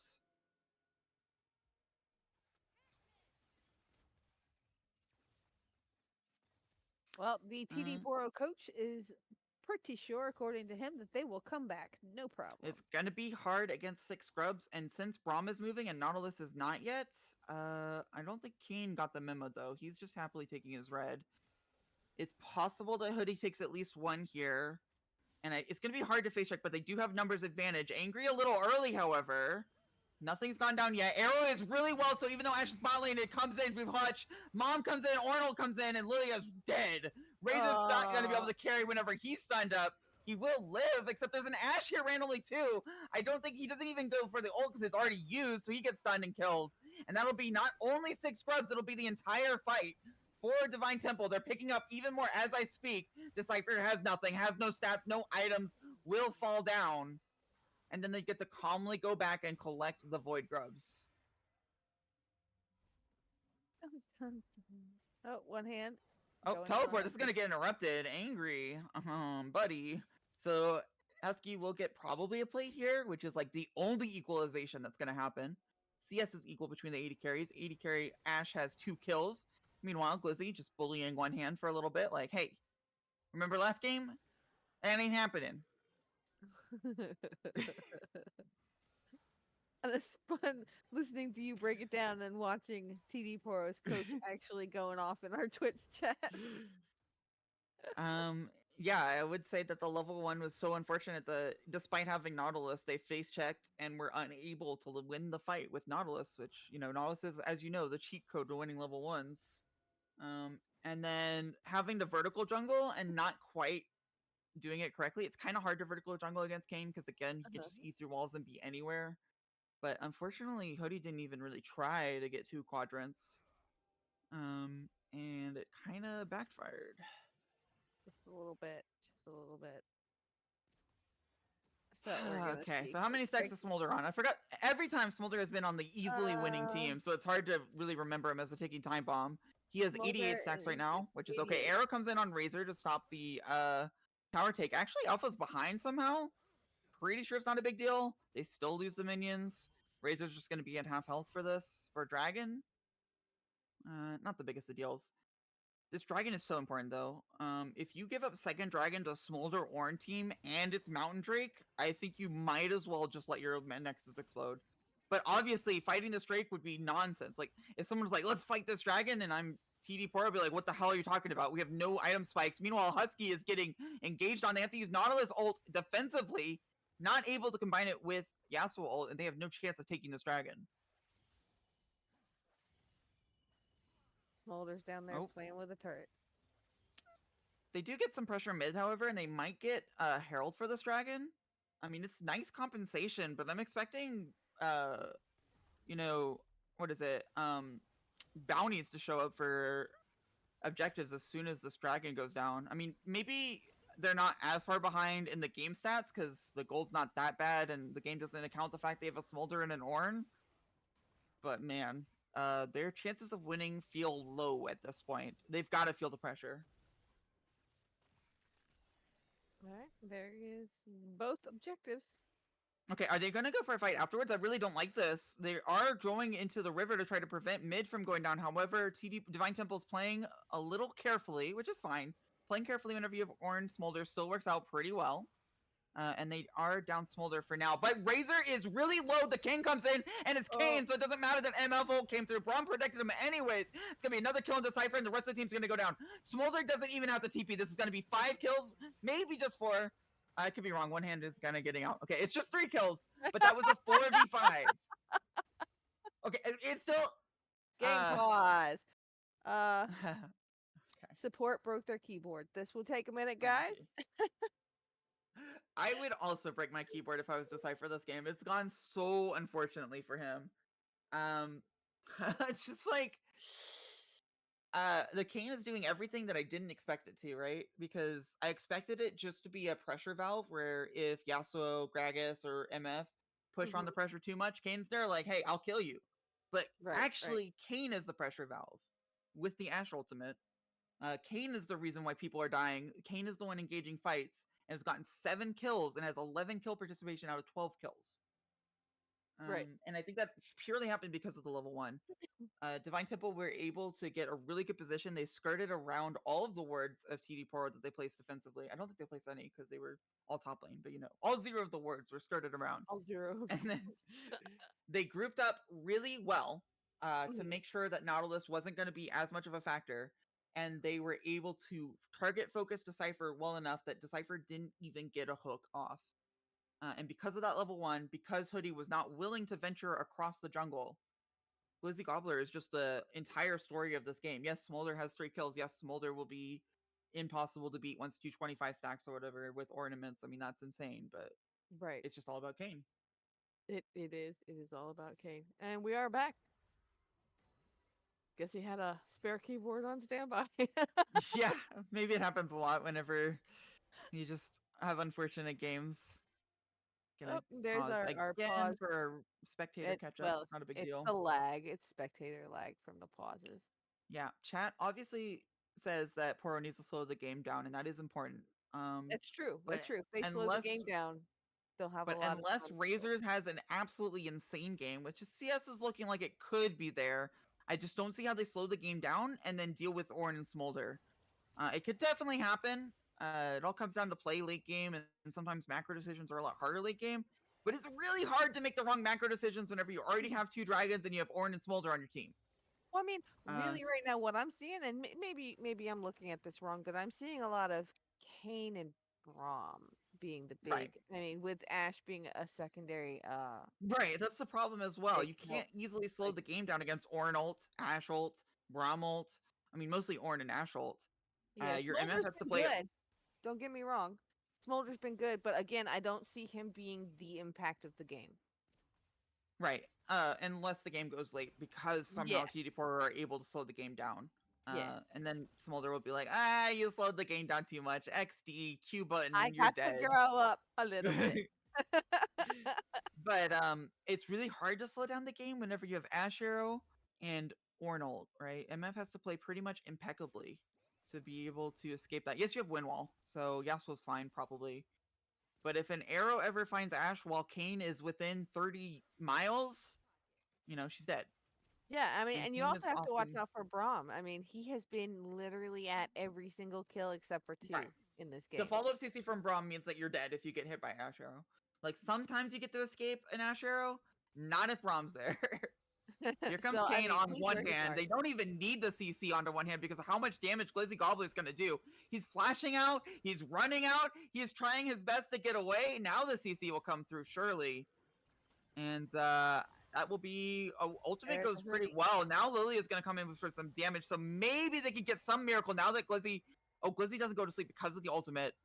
And Lilia just uses ultimate to say goodbye to one hand. And it's just complete reverse of the top lane we saw last game. Yeah, because Kane is going crazy. Yep. And it's just unfortunate that, again, they have to play so well because if they put too much pressure anywhere, Ashe Arrow will find you. Ornult will find you, or Kane will find you. So how do you slow down the game without just completely not farming? Oh, here comes an ultimate onto Ashe, however, but everyone is here, and they only get the ultimate onto Braum. Now Ashe is getting hit by Yasuo, but Braum flashes back to make sure that it's okay. Angry might fall here. He doesn't care, though, because Hoodie's down. Bulldog actually might get the stun onto Razors. It's so close. Flashes over. Will die to the ignite, but not before killing Razors with the Dragon Mom. Actually, it's someone else that kills him. Braum does. And Ashe did her job, and Braum did her job, and Ornn did the job. And now Kane is here to finish it. Might 1v3, doesn't have ultimate, however, so he's kind of just inting a little bit. Gets one kill, but it's not on who he wants. But the kill! I means was that he's sure he was going down. No. He didn't go. You surprised me, Glitchy. You surprised Right. me. So, to be clear, it wasn't a fault of them not slowing down the game. TD Poro literally engaged that fight, looking already for the desperation miracle engage, and it completely blows up in their face. Yes, Ash dies, gets Yasuo honor, but not before taking Yasuo to 1 health, and Ash is not the carry here. Yeah, It didn't and even matter Angry that did. Kane was not there for the beginning of the fight. He got there 30 minutes late and still got 3 people dead. Yeah, Angry did a really, really good job keeping Decipher and I Mhm. missed who else it was out of the fight so that Husky. the rest of his team, Husky, Yeah. could kill It him. was just Razors on Ash, and that isn't even the danger of this comp. Later, Ash will not be the damage source. It will be Smolder, Kane. I mean, Ash will still do a lot of damage, don't get Right, me wrong, right. especially with Infinity Edge or whatever. For sure. Upgraded to Trinity Force, maybe? I don't know what Ash builds these days. It will be an Tough. upgraded item. So they're using a strike timer to get mid tower. I really like that. They're also getting Razor's tower top lane, but they have to be really careful. Mom coming here to clear the wave, and Ash Arrow finds just MF. Doesn't even use the cleanse though correctly, and now one hand is trying to steal with no smite. It won't work. Maybe he gets one or angry.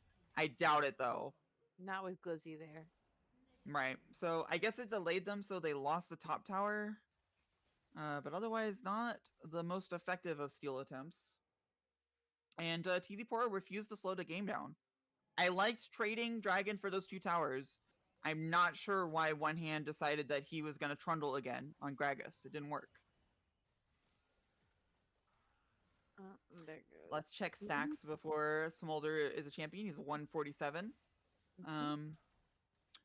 Still be a little bit before he's like going to blow up the Nexus or whatever. But Kane is doing the job just fine, so I don't Yep. think he minds.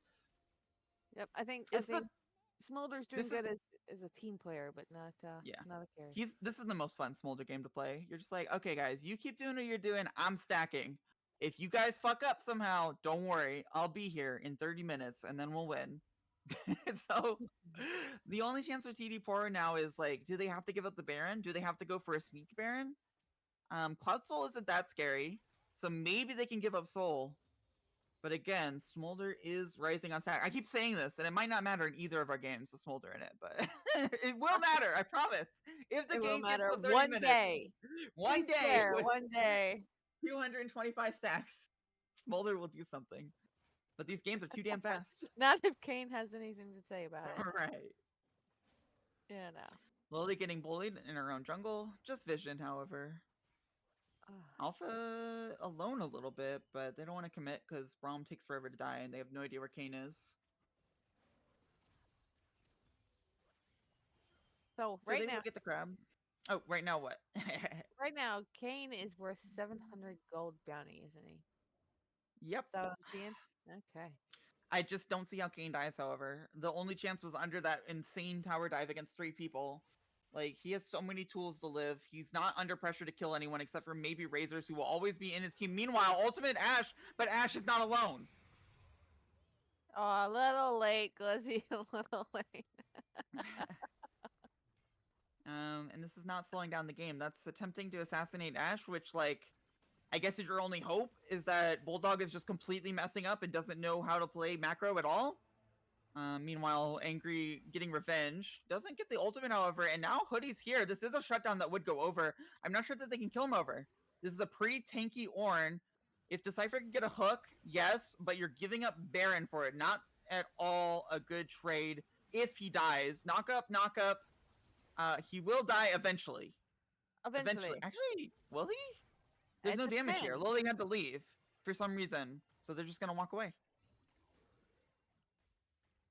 That they just realized they wasted all their time and lost Baron on an orange. I mean, to be fair, I don't think they were ever gonna contest Baron in any reasonable fashion, so it's like the right play. I just think Lilia didn't commit enough to it because it's scary losing Baron like that, but I don't know. There's not really a contest to be had, so you might as well kill the Ornn.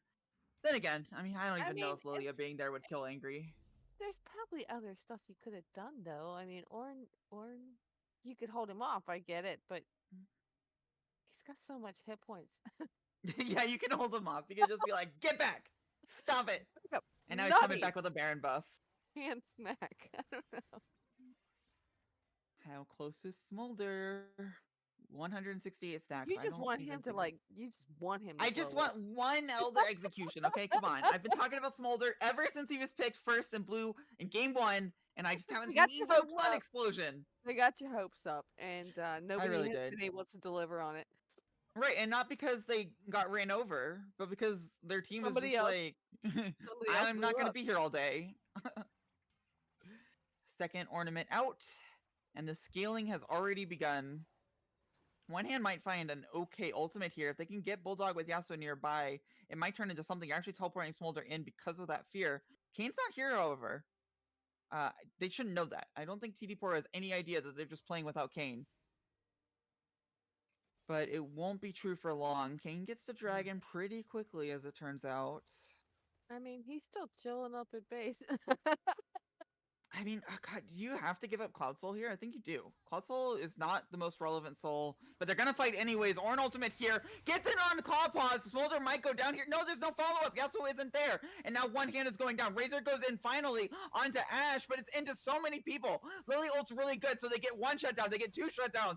But Whoa! Kane is here. That's one kill. Gonna be two kills. And I don't think Husky Runner is gonna be running enough. Smite comes But in they for the got some slow. gold. That means Knock they'll up, have some knock gold. up, knock up, ace. And now they can go for the soul. And that's exactly what Razors needed to do. If it came maybe 20 seconds earlier before Kane was there, it might have been a miracle.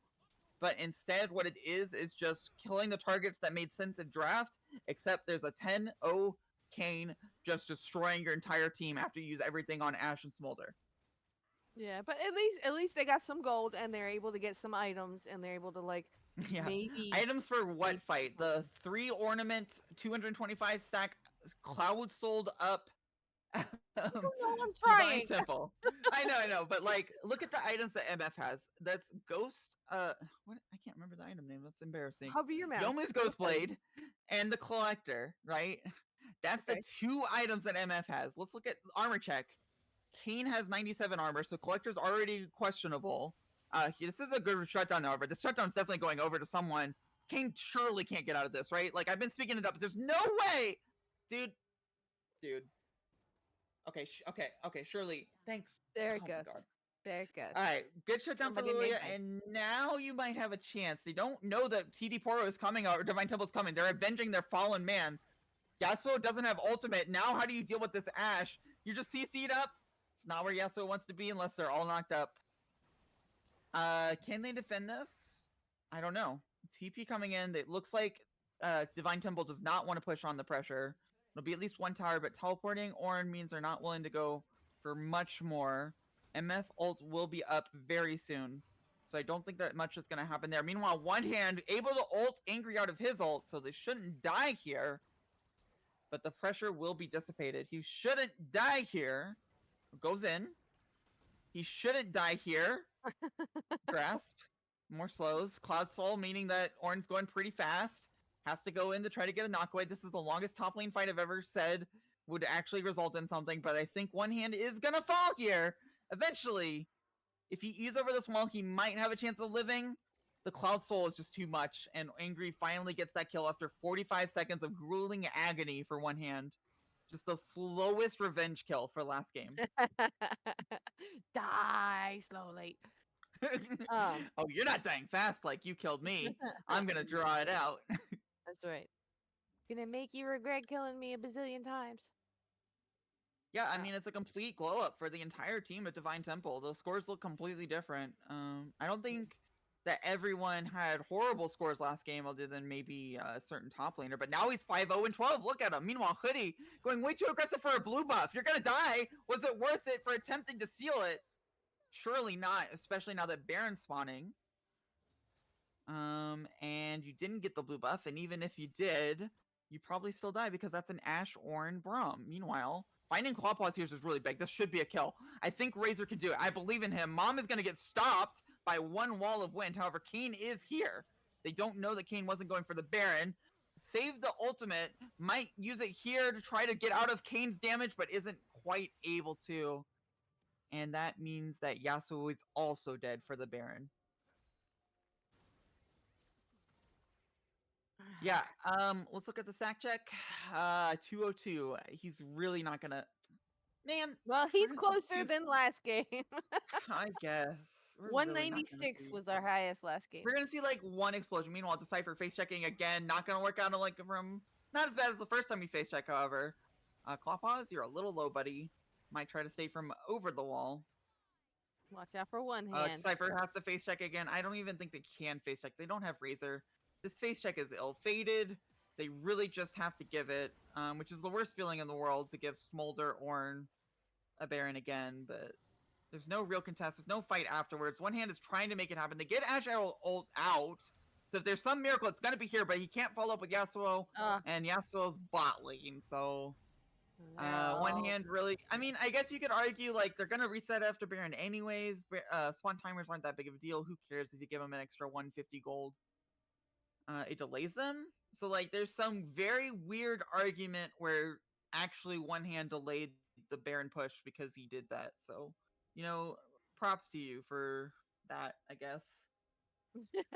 Trying, and that's what matters in League of Legends. Right. I mean, they did have to reset after Baron after a while, and Gragas will be up before the final push. So, honestly, a positive effect to die there, unironically. Poor Hoodie. Just cleared out that red freaking... Okay, is Glizzy caught here? Probably not, because he's Kane. But he certainly can't get this tower, right? Like, that's a bit much. Oh, Razor's the one getting knocked up now. The wind wall's down, so he has to flash. And there's still a Kane on the top side, so he has to back up soon. Oh, it's just totally disgusting to have to play this as Razors. Because now you have to knock up Kane somehow, kill him while taking Smolder and Ash damage. It's really scary.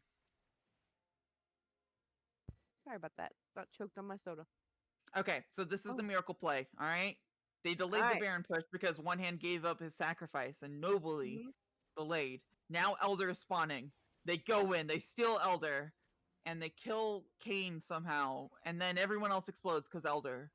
Surely, it's possible, if you just believe.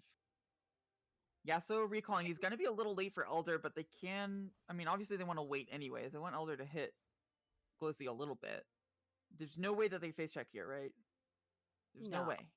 No, they should walk through either mid lane or bot side. Decipher gets a ward off. I mean... and they should know it takes a little bit for Alder. Surely. Smolder check, just one last desperation pick. 214. 214. He's going to have it this game for sure. Decipher face checks again. Is going to fall here. Hoodie can't even get a follow-up. Eda maybe set up a sleep. And he might need a new keyboard again. Alder's definitely going to fall. It's just a question of if Lilia can, like, make a noble sacrifice to flash in, smite it. But even then, you're 3v5. Yes, they have Elder, but so does Smolder. One hand trying his delaying tactics. Not going to work out that well. For goes in, gets it, actually! Mom Howard has something to say for it. The sleep is really good. Yasuo is pushed out mid very well. He did not commit to the fight. So that means that there's no minions mid, no minions top lane. Bot lane is the only one. MF doesn't have ult, but they should be able to clear it. So they do recall. And the game will be delayed by this for sure. However, again, the original problem, if you delay the game against Smolder Ornn, I mean, yes, you could stop the Elder Dragon, but can you stop your Nexus from exploding with a Flash Smite? That's not how it works, right? I don't know. We'll see. We'll see. But this is where the game gets stressful. DT, for DT, they almost had no wrong options for a long time, but now that Elder is on the board for the enemy team, now that things are going to spawn with more and more items, they do have possible mistakes. I mean, if I look at MF's items, it's really sad. So I can't say that they have the greatest of chances, but it's still possible. It's still a chance, and that is all they need to win this game. A chance, just like DT. Okay, so they have to be careful about pushing out here. Again, face checking would be very lethal, and there's no reason for them to be too far out here. They really... I mean, I guess they do have Elder, so they want to push it and get more objectives, but I don't know if Elder actually wins them the fight. It's my fear. I mean, Elder is really powerful on 3 people. But this MF is just... Even with Elder, Mom comes in for the wave clear, no wind wall down. Now they can maybe use arrow that wind wall's down here, and Yasuo is the one getting knocked up, and Yasuo is the one getting eldered. And now there's going to be more Elder buffs. I don't think anyone's going down for the actual Elder, but Smolder We'll get 3, and it's finally happening. It's happening! Quadra kill! Oh my god, Smolder Pick is happening! I told you this could happen! Please get the penta. Please, please, please, please. God, oh And god. it's all like I wrote it up. Smolder was Pentakill. absolutely the carry for the entire game, and nothing else happened, and nothing else mattered. It was all about Smolder.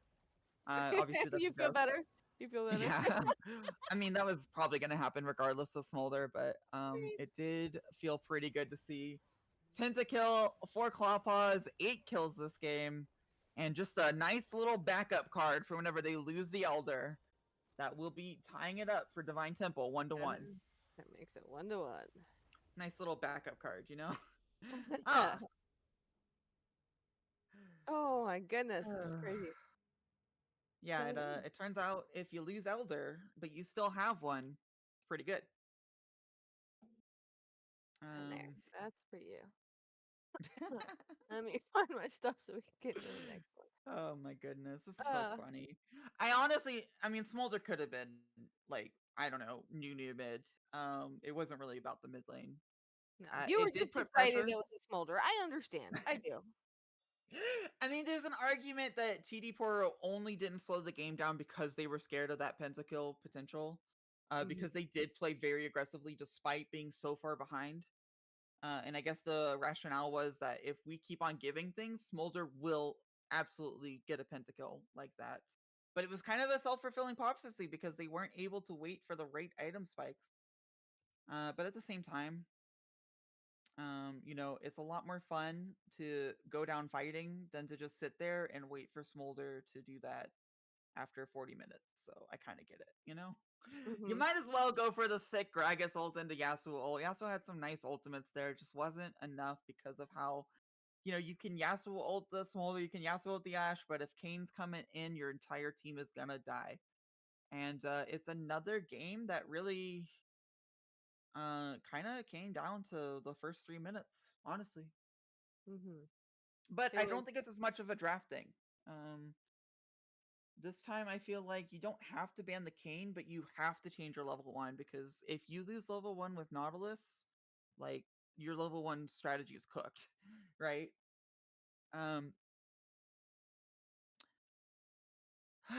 It's just really interesting to see Smolder be on the aggressive side twice in a row.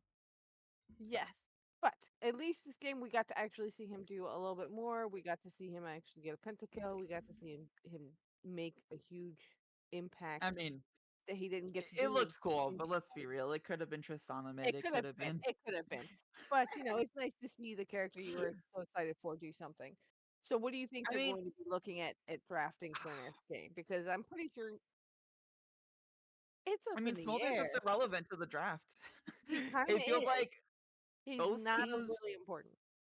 both teams show that they can snowball the game before Smolder becomes relevant. Now, maybe you could argue that the fact that TD Poro was in that game for so long and weren't able to close it out and had to rely on the Smolder Pentakill, maybe there's an argument that you could put Maybe them Divine on Temple. the defensive side, give them Smolder, give them Senna, give them Tristana, whatever, and go aggressive and try to win the game through one hand again. But you can't have a level 1 like that. I mean, yeah, I think honestly, TD Poro has shown that they kind of get to keep Smolder up and don't have to ban it, but DT absolutely cannot let TD Poro have Smolder. Because the fact that Kane was that far ahead and the game still went to Elder and there was an Elder steal, I mean, um I don't think that TD Poro played that particularly well from behind. But if Divine Temples struggle that much to close out the game, despite that amount of a lead, if you have Smolder there for TD Poro, suddenly the game is a little bit different, right? You had Nautilus, Yasuo, Lilium, MF, which has a really nice team fight, if MF has items, if Yasuo has items. But Yeah, but if you put the even if you yeah, put Smolder over there, I think they're still going to have that issue because it wasn't mhm. that they couldn't get items; it's that they were denied gold and the ability to go and get those items by Yeah, Kane.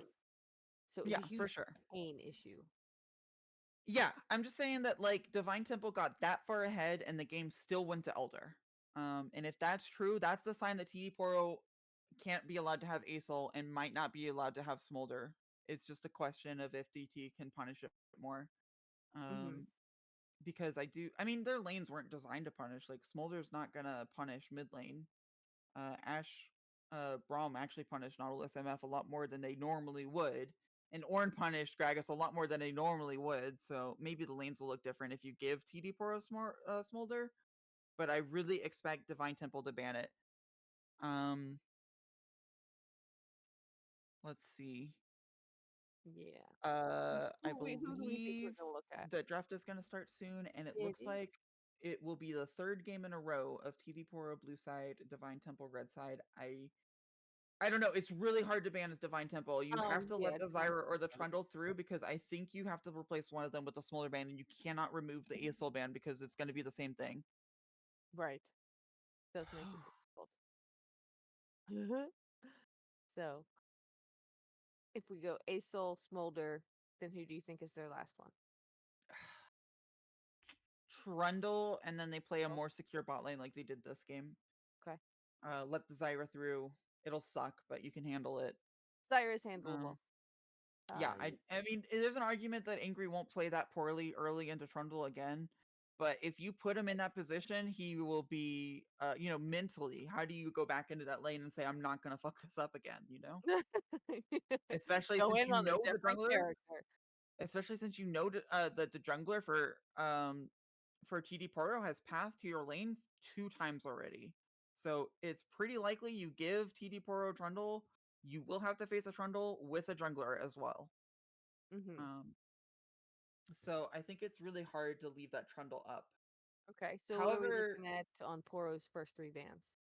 honestly, if Yeah. you ban Ornn, Angry kind of has to play a little bit differently. Like you could probably put him on the Moon Duo or some other nonsense tank that doesn't care. But Ornn is like the de facto, like, I don't care. If I live through this lane, the game's over, and also I can randomly be aggressive. He looked a lot more comfortable on Ornn, actually able to bully one hand at times, rather than just the Mordekaiser, where he was forced to bully, right? The Mordekaiser, you almost need to be aggressive, whereas Ornn, you can play either aggressive or defensive depending on the lane setup. And it got punished by both a bad trade and the jungle pathing up to him immediately. Hmm. So if you ban Ornn, you might find that Angry struggles to really answer the aggression of one hand. Um, Other than that, I mean, if you're not gonna play Smolder, ban it. I think that TD Pro has shown that they can beat Smolder, despite not happening yet because of how aggressively they were able to finish game one. If there was a Smolder on Divine Temple, it would not have mattered. Hmm. So you don't necessarily have to ban Smolder, and I think actually by not banning it, you force Divine Temple to ban it. So I wouldn't ban Smolder here, even if you weren't planning on picking it, because there's a high chance you get DT to ban it, and even if they don't, you can probably still beat it. Um, Okay. so my high expectation for bans for TD Poro is gonna be they replace the Maokai ban. Maybe I think Nocturne is a little scary. Whenever you saw how much Kane carried that game, Yeah. uh, They have kept Nocturne banned every game so far. well, they've had the same 3 bans the first 2 games. So Yeesh. I think they need to replace the Maokai ban. I think Karma is a little scary to let uh, your mid laner get stifled whenever he's forced to play an aggressive one because all the defensive ones will be banned again. Maybe it's okay. Um, and Maokai is just a little bit more handleable now that he's nerfed. I could be wrong. I think they do absolutely have to ban Nocturne, yeah. Because of how that Kane gameplay was, if they let Nocturne through, it might be just a repeat. It'll be Because crazy. at the same time, I mean, Nocturne's not the greatest jungler early, right? So you get an aggressive mid laner because all those defensive ones are banned. You pick Hmm. an aggressive jungler, you let them have Nocturne as kind of a trap, and you play through mid, try to get pressure through because you let Angry play something defensive. There might be an ankle there. I don't know. It's a little tenuous. I would not recommend letting Nocturne through. But if you Just so you were, guys know, we're spectating because, or speculating because we are still waiting on the teams to start draft. Yep. Probably has something They to do with Decipher's keyboard. We're not sure. no. What it is that during playoffs, the teams are I automatically was allowed 5-minute breaks. Oh, yeah, you're just okay. I was just being And also because Decipher needs a third keyboard after that last game. True. That is the sorry. reason why. Yeah, The draft it's is because they going to start actually soon, however. I believe they've done a typing test, and Decipher can use QWER, and we are going to get in. All right, again, I yay. expect the Maokai ban to be switched, but it is not. I No, really hope they don't switch the no. Nocturne ban. I think they can get away with not banning Smolder without picking it. Divine Temple needs to ban Acel. There's the I Aethel. expect they need to ban Smolder, and I expect they need to ban Trundle still. Please do not give up on the Acel ban. After seeing how mid lane went both games, I Right? really Oh, don't yeah, expect that Acel should be allowed to go through. Nocturne ban comes Nocturne. through when usually they ban Karma second, so they might be Yeah, they're signaling usually that they're willing to ban Karma. something else. We'll have to see. Oh, are they gonna let the Karma through? They might just ban Smolder out of respect for. I mean, I don't think they should. I don't think they want to play Nope, there's Smolder. I the don't think they Karma. want to ban There's it. the Same 3 bans all 3 games. Karma.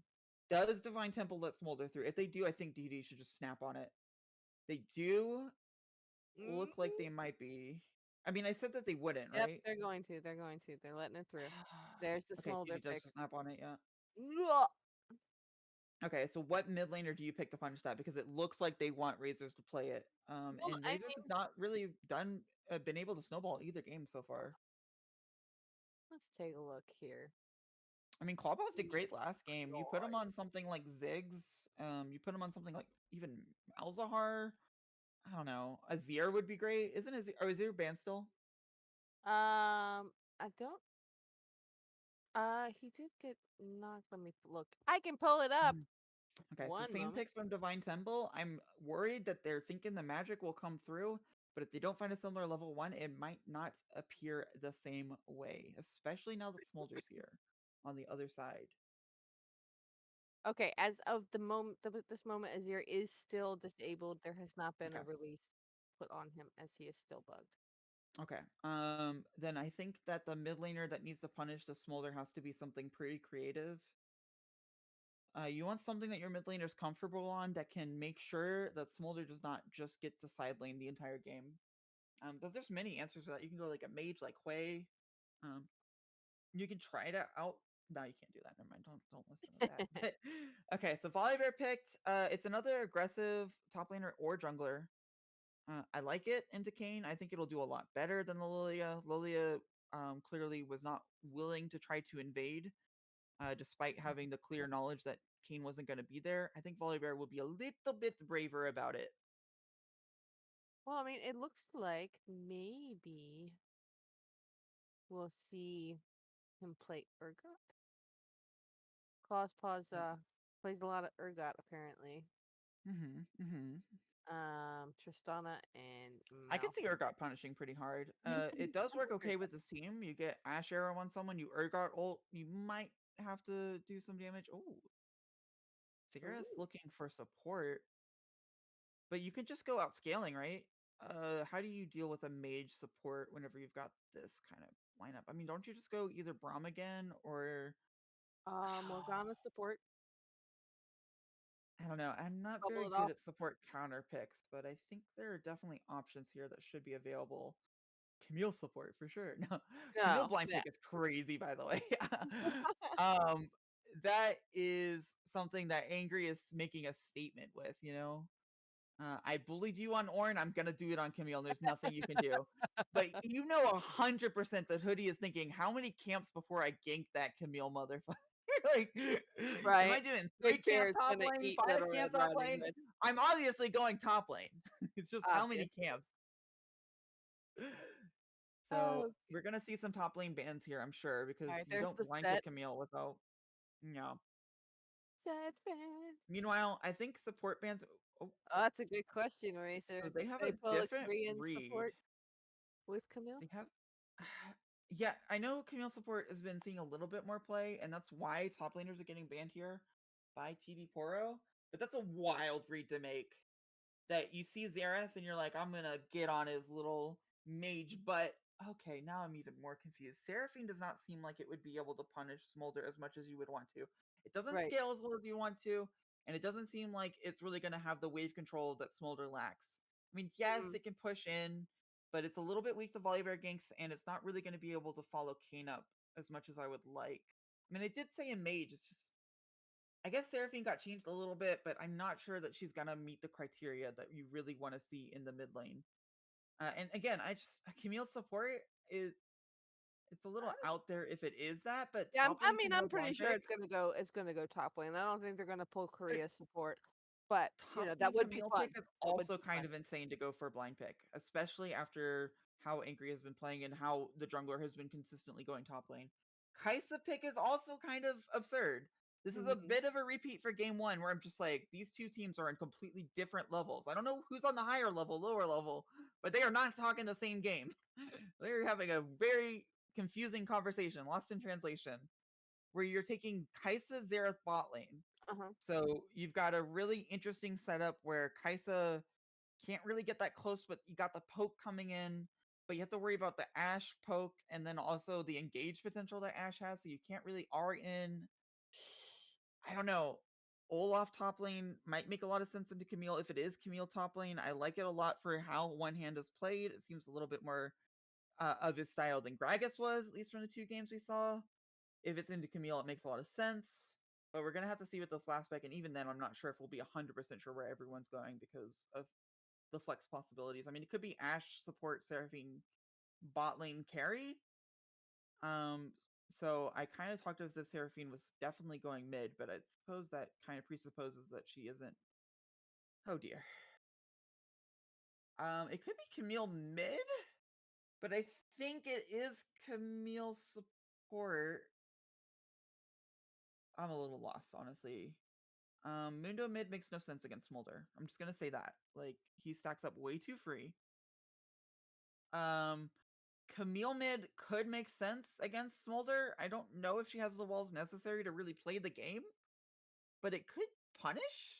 I don't like Seraphine mid into Smolder. I believe that is the likely matchup. And then you're talking about Ashe Camille bot lane against Kaisa Xerath. It feels like Camille will be able to have good engages if she's not completely poked out first. I'm just gonna have to tell you what roles these people are because I don't know what is going on. That's just my official statement. Um, these champions do not seem like they go on a team together. We're gonna have to tell you exactly how they fit together as the draft plays out in the actual client. I do believe it's Seraphine mid, which again scares me. I think that Smolder kind of gets a free lane against that. But I could be wrong. The changes were recent, and they do make her a better carry. And maybe with Kane, she can push in and not fear the volley bear. If it is Camille top, which I doubt it, it's probably Dr. Mundo top. Okay, so it's probably Dr. Mundo top, in which case I'm not sure volley bear paths top lane anymore. Olaf into Mundo doesn't really benefit that much from ganks, and you've got a lot Uh-huh. of explosive lanes like Camille support that you really want to focus Maybe on. they are right. Maybe they are doing Camille support for. Okay, we're gonna see our first lock-in. It's probably gonna be Mundo. It is. Mundo has been locked in top lane. Kane has been locked in jungle. Those were the most easiest guesses that we could make for where people are going. We're gonna be knowing who the mid laner is in just a bit. If it's Camille, I think that's really brilliant, but also very confusing. If it's Seraphine, I think it makes sense, but it's also disappointing. It is Seraphine mid. I'm not entirely sure that this. I mean, I guess maybe Smolder isn't the focal point. Maybe they're just accepting that Razors is not going to be able to carry on Smolder for a long time. So you just put a mage on there and you try to get team fights to go really well because you have Ashe, Camille, Kane. Now, Mhm. obviously, with Ashe and Camille going bot lane, it is going to be Camille support, Ashe farming, almost certainly. And that lane is also wild. It will basically be if Camille can get and engage without getting poked too much. And Kai'Sa's also kind of in the same boat. Like, how do you go forward whenever you're not only talking about Ashe poke, but a Camille that can stun you into Ashe shooting you down, and you barely have any response because Xerath doesn't really have the ability to CC in that instance, not on the Ashe at least easily. And then your all in is just a Q. I'm a little bit worried for that bot lane for Husky Runner. Either And way, we confirmed it. Camille yep, support. keeping us support. Ash Predictions 80 carries, are Seraphine mid, live. Kane jungle, Dr. Moon on top, and that's what we're gonna see whenever we return from break for last game, determining who goes on to grand finals and who faces Rara and losers.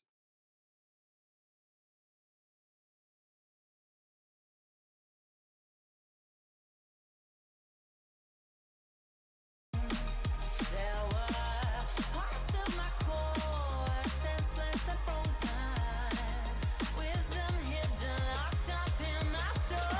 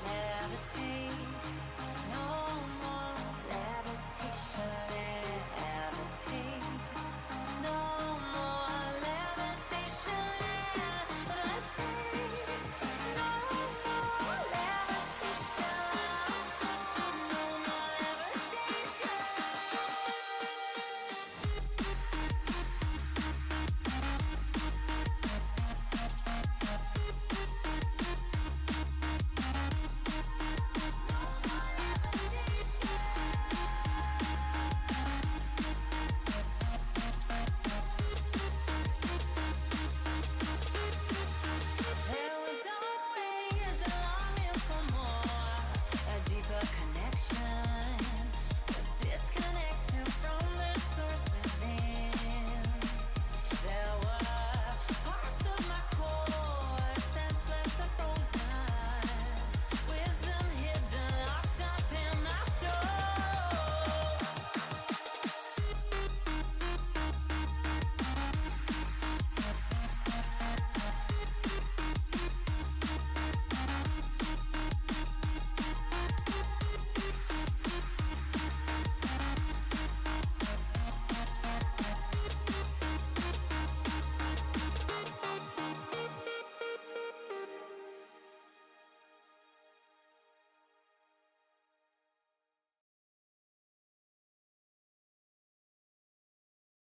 When the darkness is pulling you down, you don't know how to move on.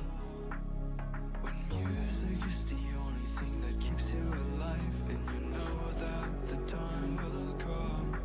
We are feeling so unstoppable, dangerous, our comfort zone, protecting people with the tone, with the tone. We just want to save this world, so prepare yourselves for us.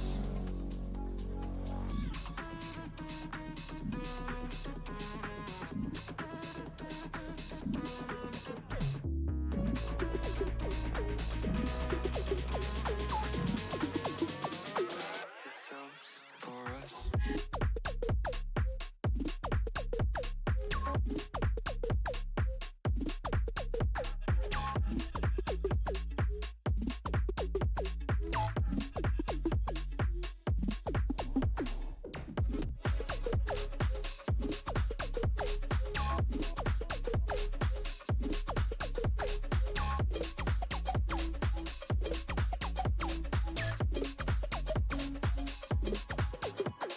Try to take me down, down, down, down, down, down. Try to lift me up, up, up, up. I will stop the time crashing through my mind. Let's try to get it beyond.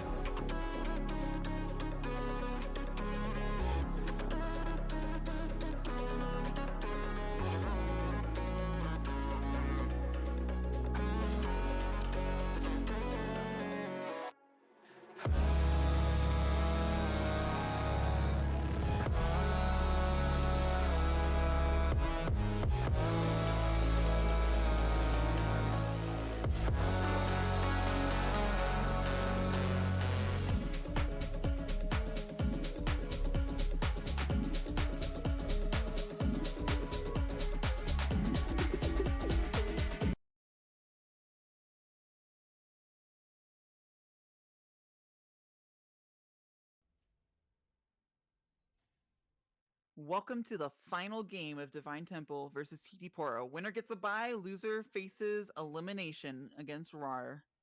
Dun, dun, 5 dun. stack from TD Poro this time, and this time it's actually Divine Temple that's going for a level 1. They got some confidence from last Oh, time. Camille Husky also goes really far and says hello to or Husky. nothing. He says hello. He said hi and ran away. Yep. Okay, so the big thing here is that I mean, there's not really any overreaching stuff, right? Like all the lanes are a lot more calmer than they've been, except for bot lane. Bot lane is an explosion waiting to happen. Alpha Wolf Killer is the entire decider of the entire bot lane. Like obviously, what the other players do matter, but you know, Alpha Wolf Killer could instantly win the lane or instantly lose the lane with 1 E. So keep an eye on that guy. On that guy. Yeah, mid lane looks like it's just going to be farming. I hope that Clawpaws is able to get some prio for Glizzy Gobbler because you saw what happened whenever Glizzy Gobbler got a lead. He's not going to get an insane lead like First Blood plus 3 quadrants this time, but maybe get a little cheeky steal or something. Cross map starts from both junglers. I'm kind of surprised that Hoodie Man is pathing towards top lane. I just don't see anything happening in this top lane. I know it's been explosive no matter what matchup they play, but I don't know. I just feel like Mundo just always walks out, right? You don't have CC for him, let alone it's Mundo, so he already deals with the CC well. So unless Angry really messes up a trade, I don't think they can go for a dive for sure. I don't know. I don't know. We're gonna again, see now. I feel like this is the best lane to play Camille support in. I feel like the other 3 champions are perfectly situated to play Camille, but it's still very difficult support to play. Got level 2 first. This is insane. Hoodie is not respecting it. Or Husky, I mean. And that's going to be a huge trade that only happened because you let the melee support get level 2. How did this happen? You're Kaisa. You have the Q. Yes, Ashe has more range, but you should be able to get level 2 first because you have Xerath backing you up, Qing the wave. And instead, they give it up, and Kaisa is at half health. I think that was a little more than a hello. Yeah, this time it came with a bit of physical contact. That was like this pressure on saying, so this really good E slow has to flash. And that was really nice pressure on Smolder, exactly where you want it early. And instead of getting prio for his jungler, Clawpaws has made it difficult for the enemy laner to play. Because Volibear, again, does not have easy ganks except for bot lane, pathing towards top lane anyways. So Kayn is free to do as he pleases, farms, get a flash mid, and then go straight to bot lane where Alpha Wolf Killer will set you up. it looks like one hand has reversed the aggression scales again this game and is For going a once, little hard. Smolder might be on the team with a gold deficit. I'm just saying. It could happen. Smolder could be the factor. You know, the time bomb that I've been saying will blow up It'll for happen. the team that It'll- is behind. Not like overhead and then we'll just get a pentakill for fun. Like actually Smolder's behind the whole game and then he wins, you know? Why is one hand going for this trade? He's down a level in infinite minions. It doesn't matter though because of Olaf healing. Meanwhile, Alpha Wolf down a level, also going for a crazy trade, but because Husky was already half, it works out pretty well for him. Okay, so Volibear just had to recall. Got a full clear off. Yes, nice farm. Up for farm over Kayn, but Kayn got a flash. Will also pressure your Kaisa a little bit. little bit. Yeah, just some vision. Not going to do that much. But I don't think Kayn really needs his first back to get items. Might actually get more because of... Nope, not able to land the E. I think if Clawpaws was really on the ball, he could have flash E'd and gotten a kill on Smolder, but it's kind of risky to go for that play. So I respect not going for it. Patience. Sometimes it's a good thing. Yeah, but patience against Smolder is really scary. It's really uncomfortable. Meanwhile, flash from Bulldog because Decipher flashed, but Camille is making this gank not... Oh, wait, actually, Stun into Exhaust means that Bulldog will go down here. They will not get anything in return either. And unfortunately, despite flashing the flash stun from Xerath, Volibear was able to just recall and get a really nice gank. So it turns out it doesn't matter if you path top, you just full clear and then go back bot lane and get a kill. Free. And this is really huge because if Camille Ashe is behind, they just can't play the lane. And if Xerath is ahead, if Kaisa is ahead, suddenly the game becomes about them. I mean, I want to say it's about Smolder, but it really is about this Kaisa Xerath that they get ahead. How does Divine Where's Temple Camille play going? the game if they don't have the aggression against the Kaisa? who gets to just scale for free. You do get grubs, however, so jungle lead is still a little bit intact. First blood for, well, actually they're equal XP. Probably Volibear is still pretty ahead. Kane still has to recall as well. The only flash that Kane has gotten out is Smolder, and I don't think there's going to be a kill there anytime soon. So, I mean, Glizzy is just kind of on down tempo, right? Like, he can't go bot lane easily. Has to recall eventually. And this dragon is really important, but I don't see how they pressure it out. Meanwhile, top lane. Trade's going pretty nice. They might get, yep, Mundo ult out. Actually, might go for the dive. The Q will kill. Doesn't have it, though. And now it won't. And it misses anyways. Okay, so they've got a really nice wave bot lane. So Xerath Kai'Sa have to play a little safe here. But once they clear this wave, I think they have full control over the lane. Until Kane comes. But Kane, again, only has jungle item. Not the biggest of threats anymore. Yeah. What is, it looks like they want to pressure Dragon, but again, no jungle item, but Volibear is just content to full clear. So it looks like despite First Blood, ZT will get Grubs and Dragon, which is exactly what they need with this comp. They might find a little bit of a contest. I don't think Xerath has any real pressure to damage them enough to delay for Volibear, but he certainly will try. It looks like he's actually trying for a steal. It shouldn't happen. Like, this should never work as a steal. But he's going to try it. And, yeah. Yeah, but turns out Smite does a lot more damage. Yeah. Turns out Smite does a lot more damage. And because he left, they don't get the crash off. And now it's just kind of awkward while Ashe freezes. And Kai'Sa is reduced to Wing for CS. Kane does recall. They don't know it, but obviously Kane didn't have items, so you kind of can suspect it. So I imagine they'll just crash it here.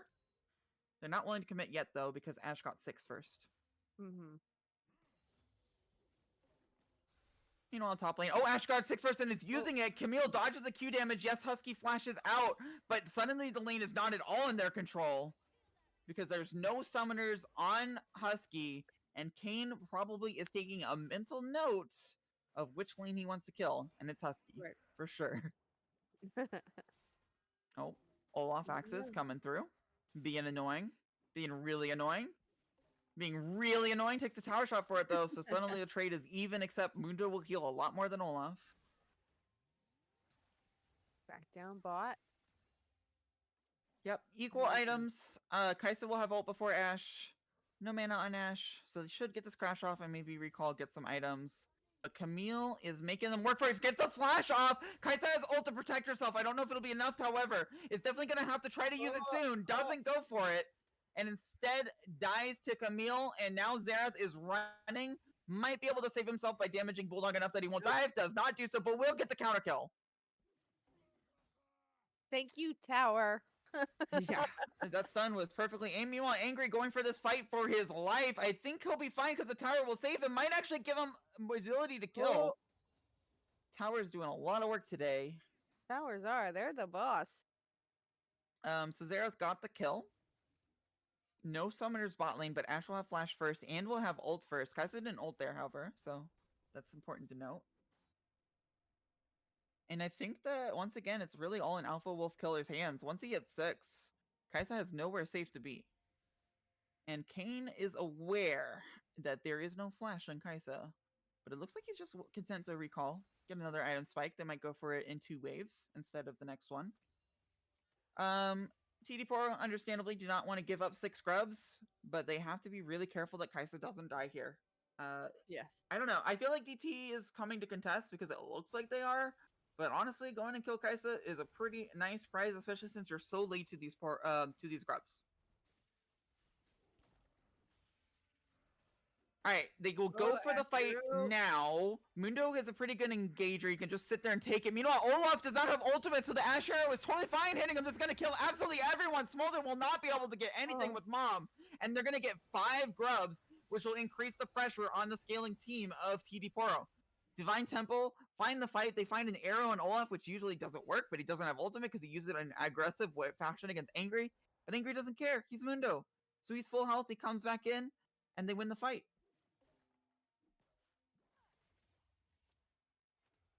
Okay, yeah. Sorry, my brain was like trying to catch up. That's okay. Yeah, thought that they had to go kill Kaisa, but actually they just are able to win the fight due to Olaf ult being down, and the fact that even though Ash is bot lane, if she lands the arrow, it's essentially a 5v4. Yeah, I was excited to see a cross map Ash arrow. I was like, yes, there it is. Oh, this might be Decipher. Oh, not quite stunned. Alpha does not have ultimate, so it's not going to turn into anything. Looked close, though. And again, Camille only has to get one lucky E at this point. She can E and miss and be fine, but if she E's and hits, someone is dying. Look at you making rhymes. I guess, yeah. Sorry. You're good. Okay, so second Dragon's Infernal Drake. Both teams are going to want this, but after the heavy losses that TD Poro has had, like they're down a K, they're down a Dragon, I don't think they're going to want to contest this, especially since Camille is so scary in that kind of fight where they're in the jungle. It's really going to be a battle of bot lane pressure, however. Dragon spawning in 30 seconds. Camille's using the time to make sure that the wave is in their control. They should push it out. Volibear is on the wrong side of the map for this, but I don't know if they're going to contest. Is going to come down for now. Everyone's kind of cool and chill, and everybody's got items. That's happy to see. This dragon could determine a lot. On the books, in theory, Divine Temple should get it pretty easily, but TD Poro have not backed off from a fight yet. And one hit is kind of strong with those 3 plates, even if he's at 1 death. He's up 20 CS, got 3 plates, and is an Olaf with ultimate this time, unlike last time.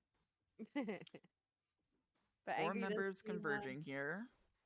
Too concerned. Yep. Nice Kaisa W. I think TD Poro are going to give this. They don't even know it started yet. They should be aware, though. You know, it's pretty obvious. And Smolder doesn't really have the prio, and I don't think Smolder would have a good angle. I'm pretty sure they just give this.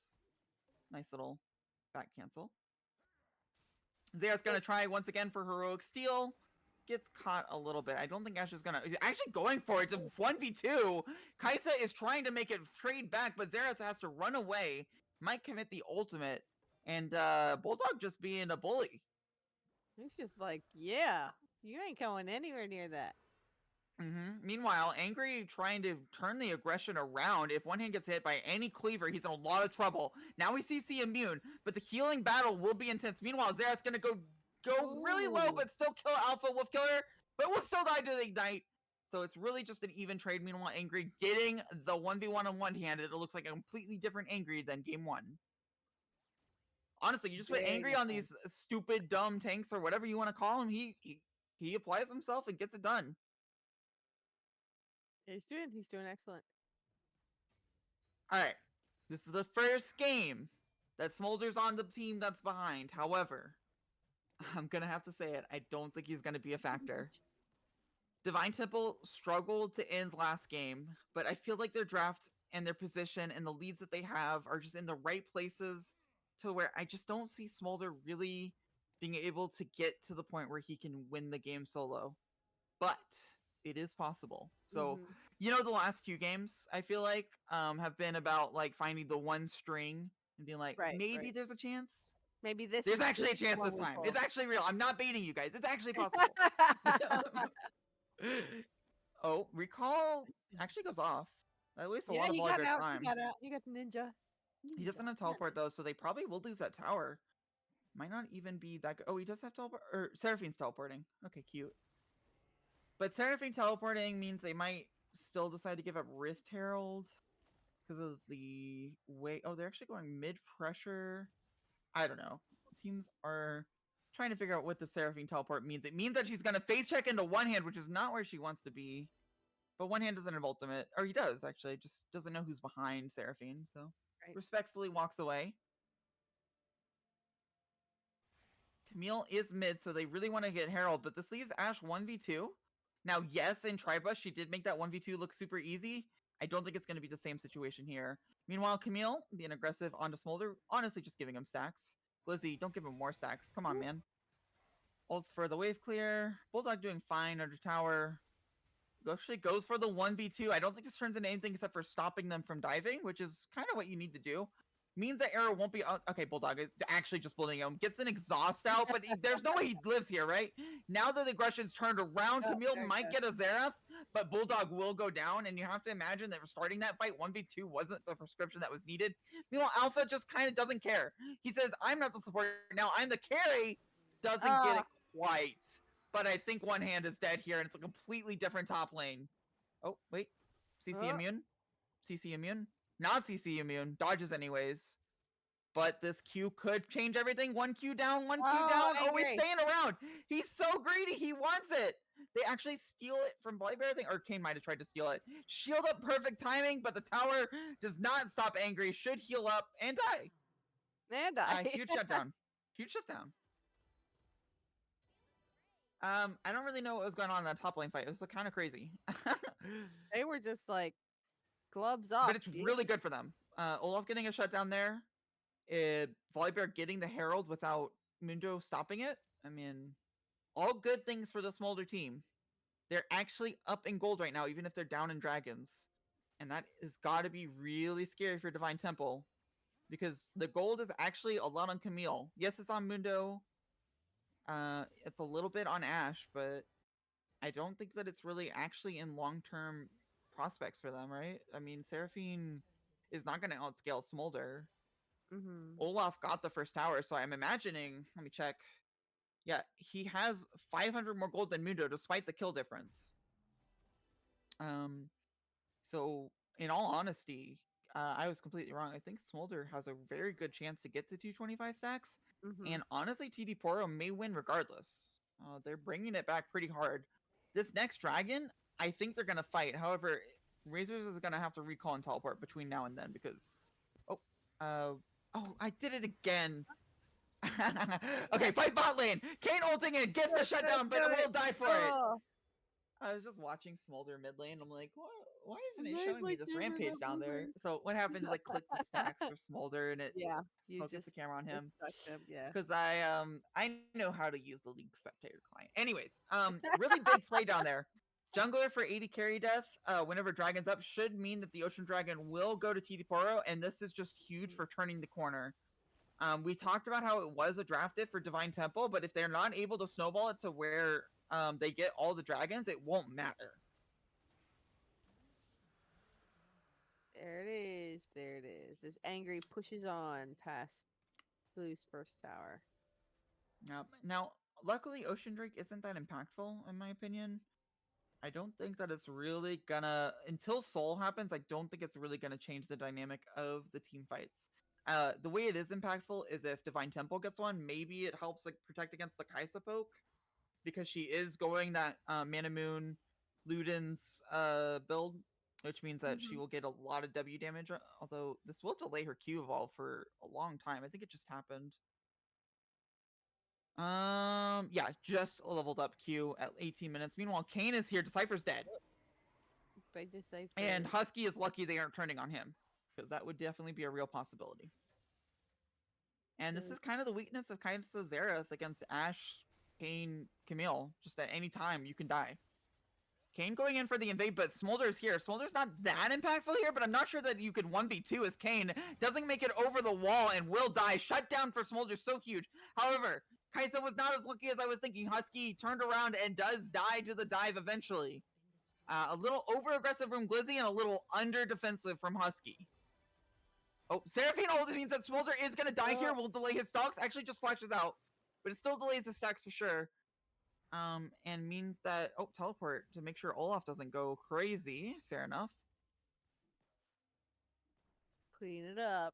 Clean it up. This is going to be a lot of damage on mid tower, however. Clawpaws can be here in spirit, but you are not protecting that tower with no mana as Seraphine. And there is no one coming until after the tower is falling, for sure. Right. There's just not enough time. Yeah, there's no wave clear coming. You have Ashe at most. They actually don't commit to kill it because they're worried about Ashe Arrow, and the minions are not quite enough to do it on their own. So that will delay that gold, but mid tower should be pretty easy to take at any time. Really just a question of if the dragons continue to go in the favor of TD Poro, or if the team fights are just so heavily in Divine Temple's favor that Smolder does not get a chance to do anything. But the clock is ticking. I'm gonna click him without making my camera focus on him. I There might be believe a in fight. you. I believe in Okay. you.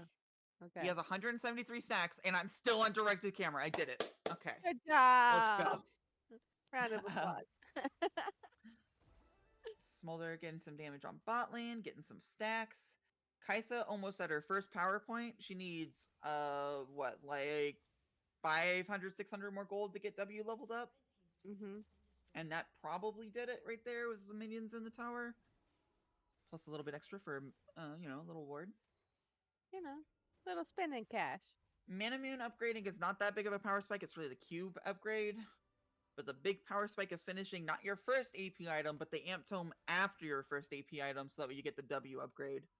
She does finish AP item, cannot afford an amp tone. So right now she is sitting at 90 out of 100 AP, 95 out of 100 AP, because Riot hates making upgrades for Kaisa easy.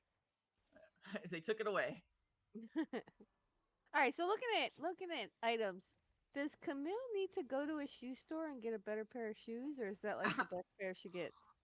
I mean, what does she want, right? Like, Merc Treads isn't that impactful. You I don't don't really know. That's need why I'm asking. defensive boots. Oh, Kane might get stunned up here, but it's Kane, so he is able to Q out. And again, the engage is really powerful if Divine Temple decide to use it. They don't want to, though, because that would include Clawpaws having to teleport in. And there's not really anything up. But yeah, I think her level 1 shoes are fine. She might go cooldown boots eventually, but finishing items on her is really impactful. You don't get that much golden support. And mobility isn't Yeah, the most important. I wasn't sure if like she should just stick with that, or if there was actually something she needed to be looking at getting. Because I noticed everybody else has fancy shoes except for her. I think it just depends. Like, if you're sitting at the store and you can complete an item, or even a sub item, or you can finish your shoes, you You probably can get the get the item. bigger items. Yeah, yeah, yeah. But because I don't think that any of the shoes are going to be that impactful except for the movement speed. Okay. They're not that important. Movement speed is nice though, so she probably will eventually finish them.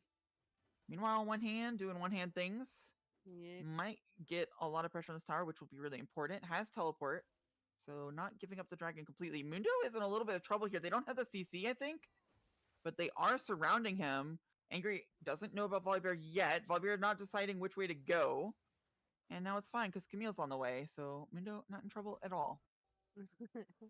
Dragon setup is going to be super important here. Can Olaf make sure that Seraphine can't join because he's just pressuring the tower too much? Can Divine Temple avoid the poke enough that they get the dragon before dying? And can Kane just randomly kill the Cypher? Might go for it. Arrow comes in, but Glizzy's really slow and exhausted as well. Will die before ultimating. So yes, you get the support, but you lose your jungler for dragon. Now you're losing the support as well. Seraphine ult hits everyone, but there's no damage forthcoming. And Olaf is CC immune. Not anymore.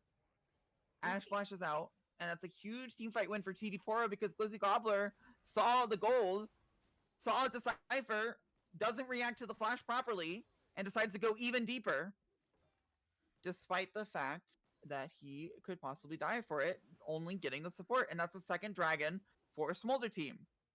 Yes, it is. Yes, it is. And I love how every single time you get excited and you call out that he's CC immune, you immediately have to say, now he's not.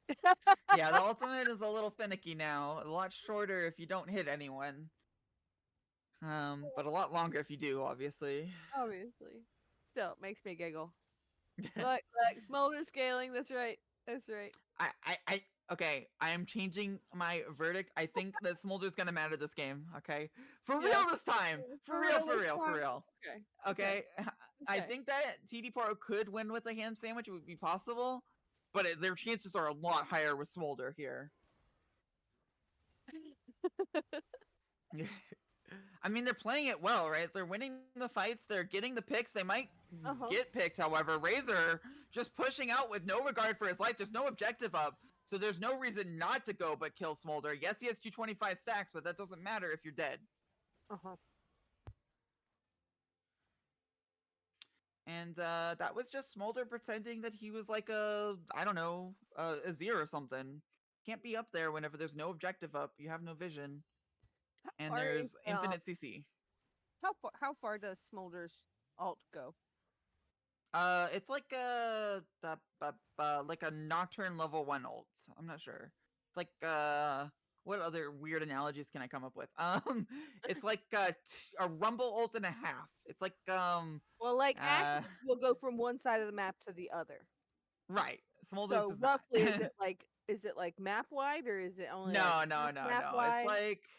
It's like you can clear a lane from pretty far away, but you're not gonna affect a fight in a different lane. Okay, so it's not a lane to lane. Like No. It is just really nice for clearing waves, except they nerfed the cooldown, unfortunately, so I don't use it for that as much.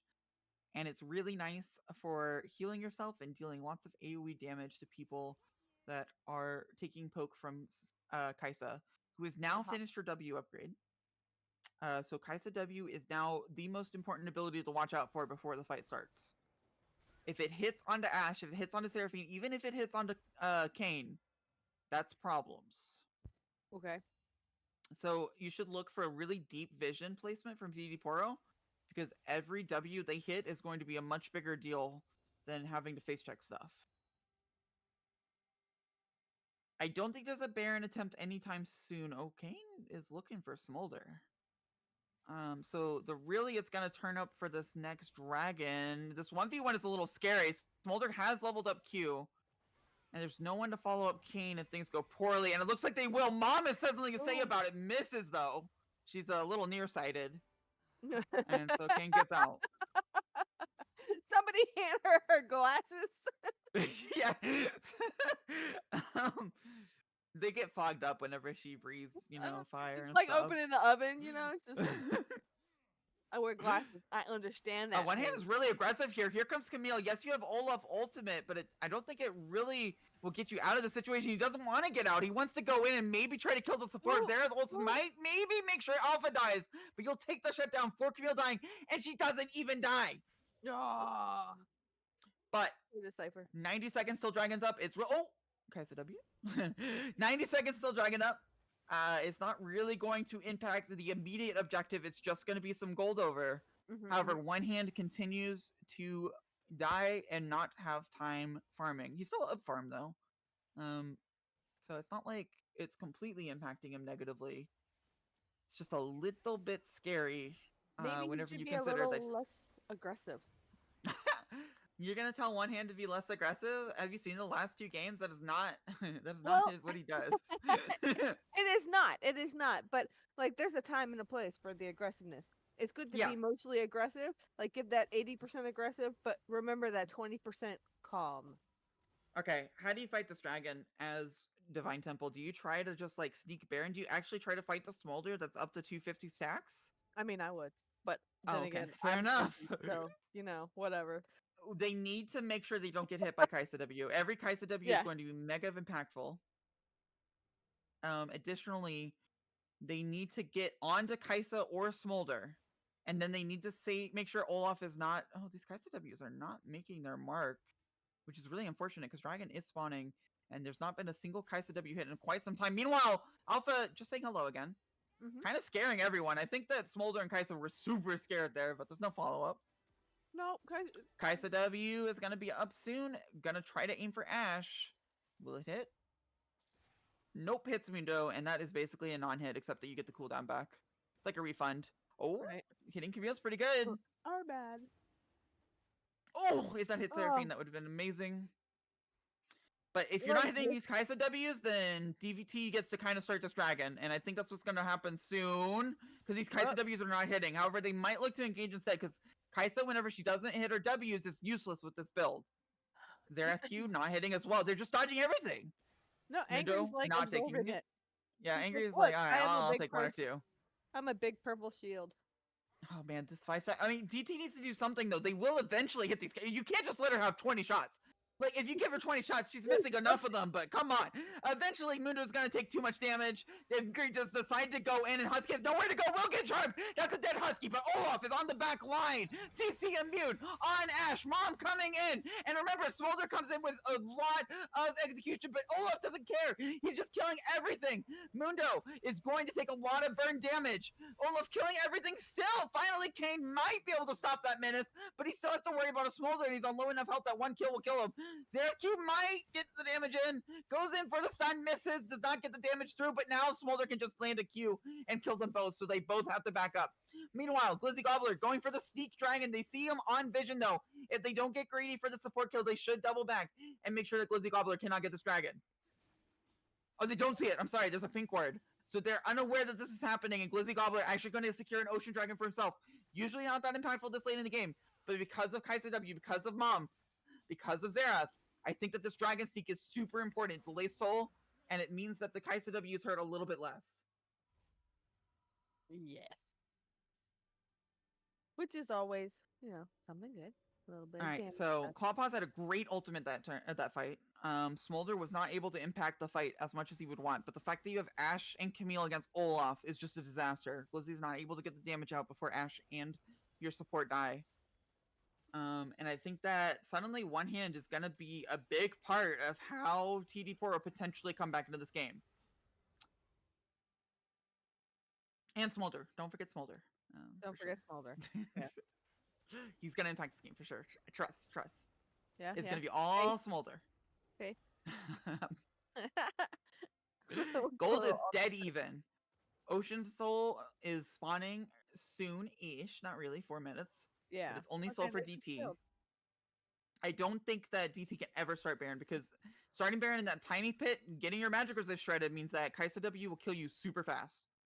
So really the only one that can start Baron is DT, and they can only do it after landing Kai'Sa Ws.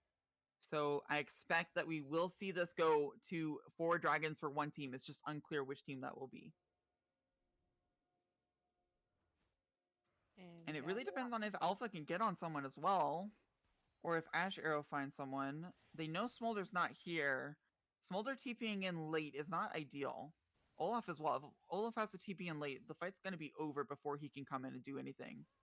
So really look for whenever these TPers are on side lanes for Divine Temple to engage anyways. Yeah, Smolder pinged out Seraphine bot lane. Right. Seraphine can teleport in late. It's not ideal. But if Olaf teleports in late, I'm not sure that he's really going to impact the fight. He really needs to be there early. Decipher? Alpha Wolf Killer, looking for something. Not able to find it. This W might hurt if it comes through from Kai'Sa. Oh, barely misses, I think. Mid lane king. And it's ARAM mid, which is really where we're going to be until Dragon spawns. And ARAM mid is really scary to face as someone facing down Kai'Sa Ws. Because it's really hard to dodge. You just have to be behind the minions. But the minions will die quickly to Smolder and to Xerath. So not the best defense mechanism. But again, that one Ocean Dragon will have an impact. You also have Seraphine healing. Alpha Wolf Killer going for some really interesting plays. If he messes up too much, this might be a kill. Seraphine has to ultimate and misses everyone. And Mom will get the kill. This will be the signal to go for something.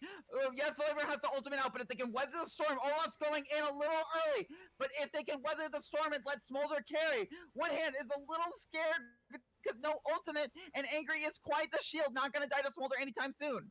But after they've weathered the storm, which they've done, lost Camille. They are up one person, and they've got some nice health bars except for the tanks. Smolder can really make an impact if he could just fly past Mundo. I don't think they can start Baron, though. So it really amounts to almost nothing because Dragon's not spawning until 1 minute 45. All they can do is maybe get a push out whenever... Oh, the kill! Comes through a claw pause because he does not respect the Kai'Sa W. And that might signal them to go for something deeper.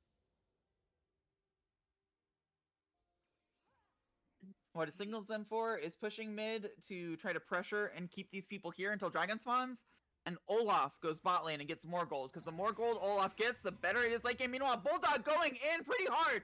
Glizzy Gobbler also trying to do something. I'm not sure it's going to work out. Maybe he gets Razors. Does not. Shutdown is huge. Ignite ticking. Not going to kill Razors for life. And that shutdown for Smolder means everything. Because now we can get a defensive item. I think he's building Zanya's with that amp tone. And that will make it impossible for them to jump on him effectively. Meanwhile, Olaf has ultimate, just hitting the tower for now, but it is not a top lane Camille. That Camille is a support level 4 levels down. Is just trying to delay, gets the ultimate out, but now Mundo is here. Gonna chase, might get the kill, doesn't get the Q quite through, and now Ashe will slow you because you're not CC immune. And that's a shutdown on Olaf right before Dragon spawns. Bam. All right. Olaf dictated the last dragon fight. He completely destroyed the backline of Divine Temple. Now he is dead. for He is 20 dead. seconds longer than Dragon spawned. However, last time, Divine Temple was not willing to start the Dragon. They were not willing to be in that small pit while Kaisa could W them. And you're talking about a Smolder that is much stronger now. He's going for Leandri's, not Zanya's, which is respectable. I like it. Makes the R poke a little bit better. If you get the second Ocean Dragon, Kaisa W gets even worse. If you get some MR onto Ash, she already has Wit's End, it gets even worse. But Kaisa scaling is still pretty insane, so... They are starting the Dragon immediately this time. Clawpaw's not going to die to that W. Xerath ult's going to just come in for poke. I don't think it's going to find that much. Olaf is spawning in 6 seconds, will TP in. If they can kill the Dragon and get out before, then they're good. Otherwise, they are in a lot of trouble. Mom coming in just to be poke. Seraphine ult gets 2!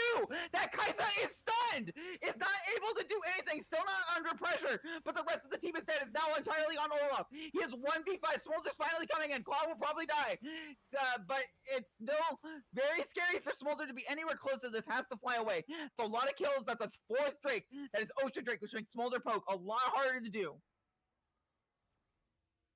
Woo. And Smolder can't be anywhere close to this, so they are definitely going to just go. He goes in. Oh, The tower doesn't yeah. scare him whenever he has Ocean Soul. Smolder might get 1 execute, but he will die for it. Gets 2 executes actually, but he will die for it. Yeah, he And still died trading for this it. way is pretty nice whenever you get to do the Baron afterwards, because you've got your damage dealers and Angry. Not sure if they're gonna go for it. They certainly won't die to the Baron because of Ocean Soul. But they decided to go for the tower instead because they don't think they have the damage to complete it anytime soon. No, with And Volley Ocean Bear Soul, coming up. and Ocean Soul just completely changes the dynamic of this game, because Kaisa specifically built in a way that just gets absolutely blasted by Ocean Soul. It's unfortunate because obviously you choose your items, your builds, your runes before you see what soul it is, but this is the absolute worst case for Kaisa other than Mountain Soul, I guess. Yeah, well, they cleared down mid. They could have. I think they could have started Baron, but I think you're also right in the fact that they weren't going to have enough time to finish it. With Volley Bear coming up when he did, and the few seconds that were left on. Volley Bear ults that ward because he's very mad at it. Very. Anyways, oh, and then it also hits the Baron because he's very mad at it. Might actually start it. They're teleporting in. I don't think they do this in time. Smolder does do a lot of damage. Kaisa certainly does a lot of damage. But they have to win the fight afterwards without any Kaisa W's and against Ocean Soul. Kaisa's stunned. She will not be a factor. It's all entirely on Smolder here. He is trying to be aggressive. There's no Seraphine ultimate. Angry is all the way in front. They're going to stop the damage on Baron. It heals up. Alpha gets a stun, but Razors is still hitting people. Ocean Soul means his execution's not anywhere close to happening. Angry finally might be something. Meanwhile, CC Immune is killing everyone. I think that they're gonna get something here, surely. But Ocean Soul is so powerful. Yes, Olaf will be CC Immune for so long, but Kaisa's down. Now, no more CC Immune. Razors is flying in. If any amount of damage comes from the back, because Kayn and Ashe are behind, Razors will be in a hell of a lot of trouble. Here it comes. Kayn's gonna try to find Razors in the sea of blue people. They're not going to go for it. Instead, Hoodie goes on to Glizzy. No ultimate for, or has ultimate, uses it to dodge, ignites Razors for life. Ashe is coming in, not going for the tower, actually. And Razors for life will barely live, and they'll get everyone off of them. But they will lose the inhibitor for it, or inhibitor tower. Yes. And they're also teleporting to get bot lane tower. So that will be a teleport down, but I respect it because Seraphine teleport probably not going to be that useful in this lane in the game. Olaf does not have ultimate yet, but pretty soon, so if they're not careful, he will just Olaf ult on him. It's up now, goes for it. There's no way for these two to CC, and they certainly don't have enough damage, but Ocean Soul means that Bulldog can live for a long time. Finally, Mom comes in. CC Immune is about to run out. There it goes, charmed, but the damage is coming through. Ocean Soul will not save you from that. And for teleporting bot lane and getting the tower, they lose 2 carries, and Baron is still up. Goodness gracious. Yep. Alright. Yep. So what next? Smolder is going to be the only factor in this game, in my opinion, because Kaisa's not going to really have any more impact at this point. She's only level 15. They have Ocean Soul. I don't think that Divine Temple can ever really start Baron. Still, I mean, it's closer. I guess Angry is pretty tanky and they have Ocean Soul, so it's certainly more possible, but it would definitely take some massive guts to be able to just start Baron. One hand is going to be so important to these fights. His ultimate placement and timing is basically all that matters for the back line of Divine Temple. Angry, just saying, hey, can't have all the words here. 600 heart steel stacks. And Elder's in 90 seconds, by the way, which is a little bit easier to start than Baron, but I still don't know how that goes. Once again, I think one hand slow push is very good, but I'm not sure that he can teleport to fight, so it might not be the pressure that they're really looking for. Because you can't really delay the fight whenever the enemy team is the one that's probably going to start Dragon. Meanwhile, they're caught. Kai'Sa's dead. Decipher is next. But we have seen time and time again that Decipher and Husky are not the reasons why these fights go the way that they do. They're going to start Baron. Mom is going to hurt a lot whenever your magic resistance shred. You do have Ocean Soul, but if you're clumped up like this in a big circle and Smolder cues all of you, Ocean Soul might not be enough whenever your magic resist is shredded to crazy. They're going to kill it so quickly, though. They're not even going to accrue that many stacks. And instead, TD Poro decide to push mid or fight afterwards. Looks like they're just going to back off and sub for Elder. And the deciding to pull the trigger for Glizzy Gobbler will lead to the Baron for Divine Temple. No, as per the comment on Decipher, I think Decipher has done pretty good. I mean, he's got 14 assists. Yes, he's got 7 deaths, but so does his ADC. I just mean in so team does fights, Josh. it's really, you don't really have to track the Xerath Q. That's not the difference maker in these fights. It's all about the Smolder. It's all about the Olaf. So there is a conceivable world where in the Baron pit, those three could win a team fight or at least make it close. Yeah. I was just saying, it's not that Just we don't love defending his honor. support. Not that we don't love supports, Decipher. We love you. All right, Alpha is actually a little bit caught. This on hand is gonna again just go CC immune and do everything. Seraphine ult misses everything. Mom is here. Razors is definitely gonna look for some executes. There's no one to stop him right now. It's just carries who cannot stop him. But he decides to back off because he's a little bit worried about the tanks. Respectable.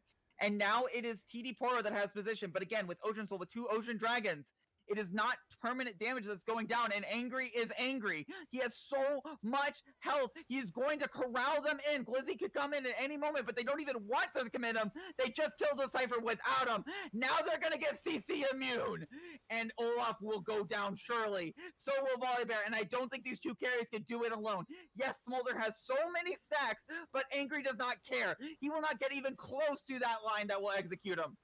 Glizzy will, actually, but it's still gonna be surely enough to push to end the game, and that will be Divine Temple securing. I mean, I'm just gonna just wait. slow roll it. Yeah, just in case. They've got a wave. Their death timers are really long. I don't think this even Angry is calling it. I'm pretty sure the game is over.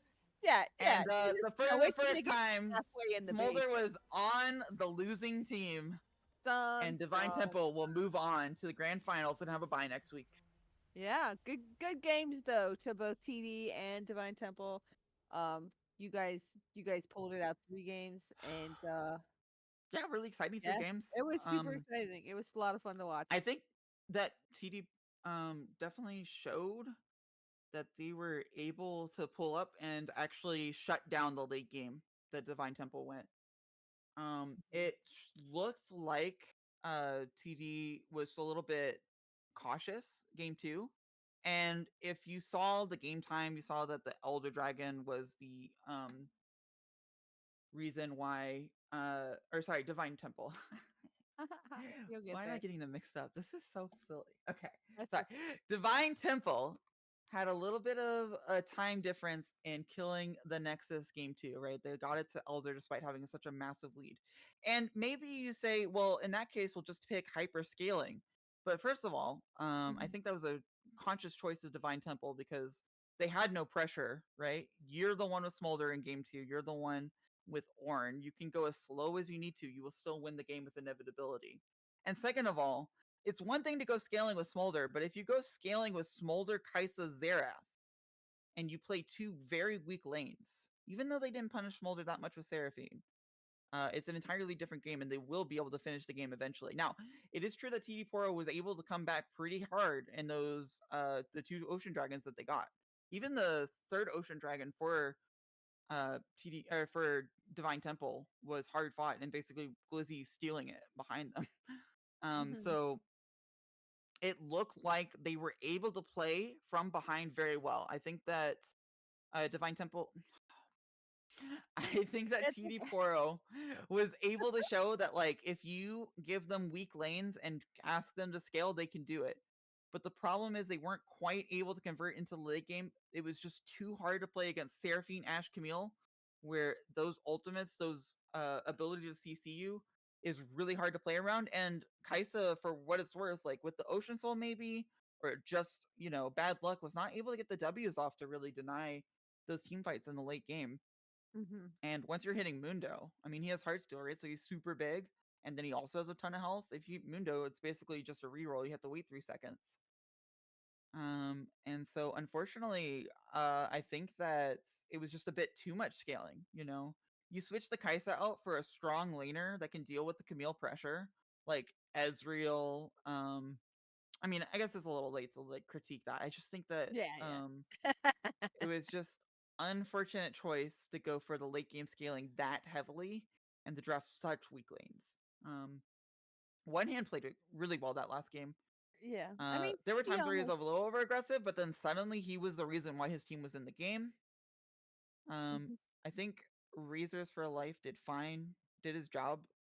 Both games that he was on Smolder, just didn't work out that well because the team fights didn't go exactly how they planned it, and Ocean Soul is really good against Kaisa Xerath.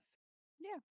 I mean, And that means I think TD did really well. I mean, that last game, about halfway through, they almost turned it around mhm. and Oh and yeah, took the game. So I mean, DT almost lost that. So it yeah, was a very winnable game for them. Um, just in the end, DT ended up having a little bit better team play than TD did. So yeah. But congratulations it's just a little hard to figure out what to draft in the bot lane. But who knows it best? to Coaches from Coachify.gg. They're our sponsor today. It's a platform for esport coaches to track their students and grow their business. It has zero commissions. It has PayPal integration. You can join for free. It's perfect to set up coaching for teams or for teams to look for a coach. Use them and help us keep their sponsorship. They have graciously sponsored us for this season again. Again, the winning coach from each league, I believe, gets $100. Is that correct? yeah, the winning From Coachify. Coachify coach that has an active premium account gets an extra $100 on top of their team's prize pool. Yep. And once again, it will be the TD Poro um, going to elimination against RAR. Correct. It is already And updated on y'all's players bracket, so if you want to take a look, you can. And Divine Temple has a bye. and I'm wondering if Doki is bringing a little bit of his Emerald experience down to the other leagues because I it seemed to guess work we'll out see. very well there. I guess Um, we'll see. I mean, if Doki's just gonna play in all 3 leagues and win, who can stop him, really? So that is what we'll see next week because Yep, obviously there will only be one game. correct. We'll have to see if Rara does some crazy stuff. Um, and yeah, and Doki will return to stream, and maybe he'll be streamed like multiple days a week for multiple weeks, depending on how far his teams go. Yeah, we'll see. We'll um, see. It depends. But I look mhm, forward to seeing TD Poro fight it out with RAR and see who makes it out of the best of 5 alive and who we see yep, next split. yep. And look forward that next week. Tomorrow also will be some exciting games. But thank you for joining us for today, and Yeah. we'll see We'll you see next you time. tomorrow in Sentinel. Mhm. Have a good night, everybody.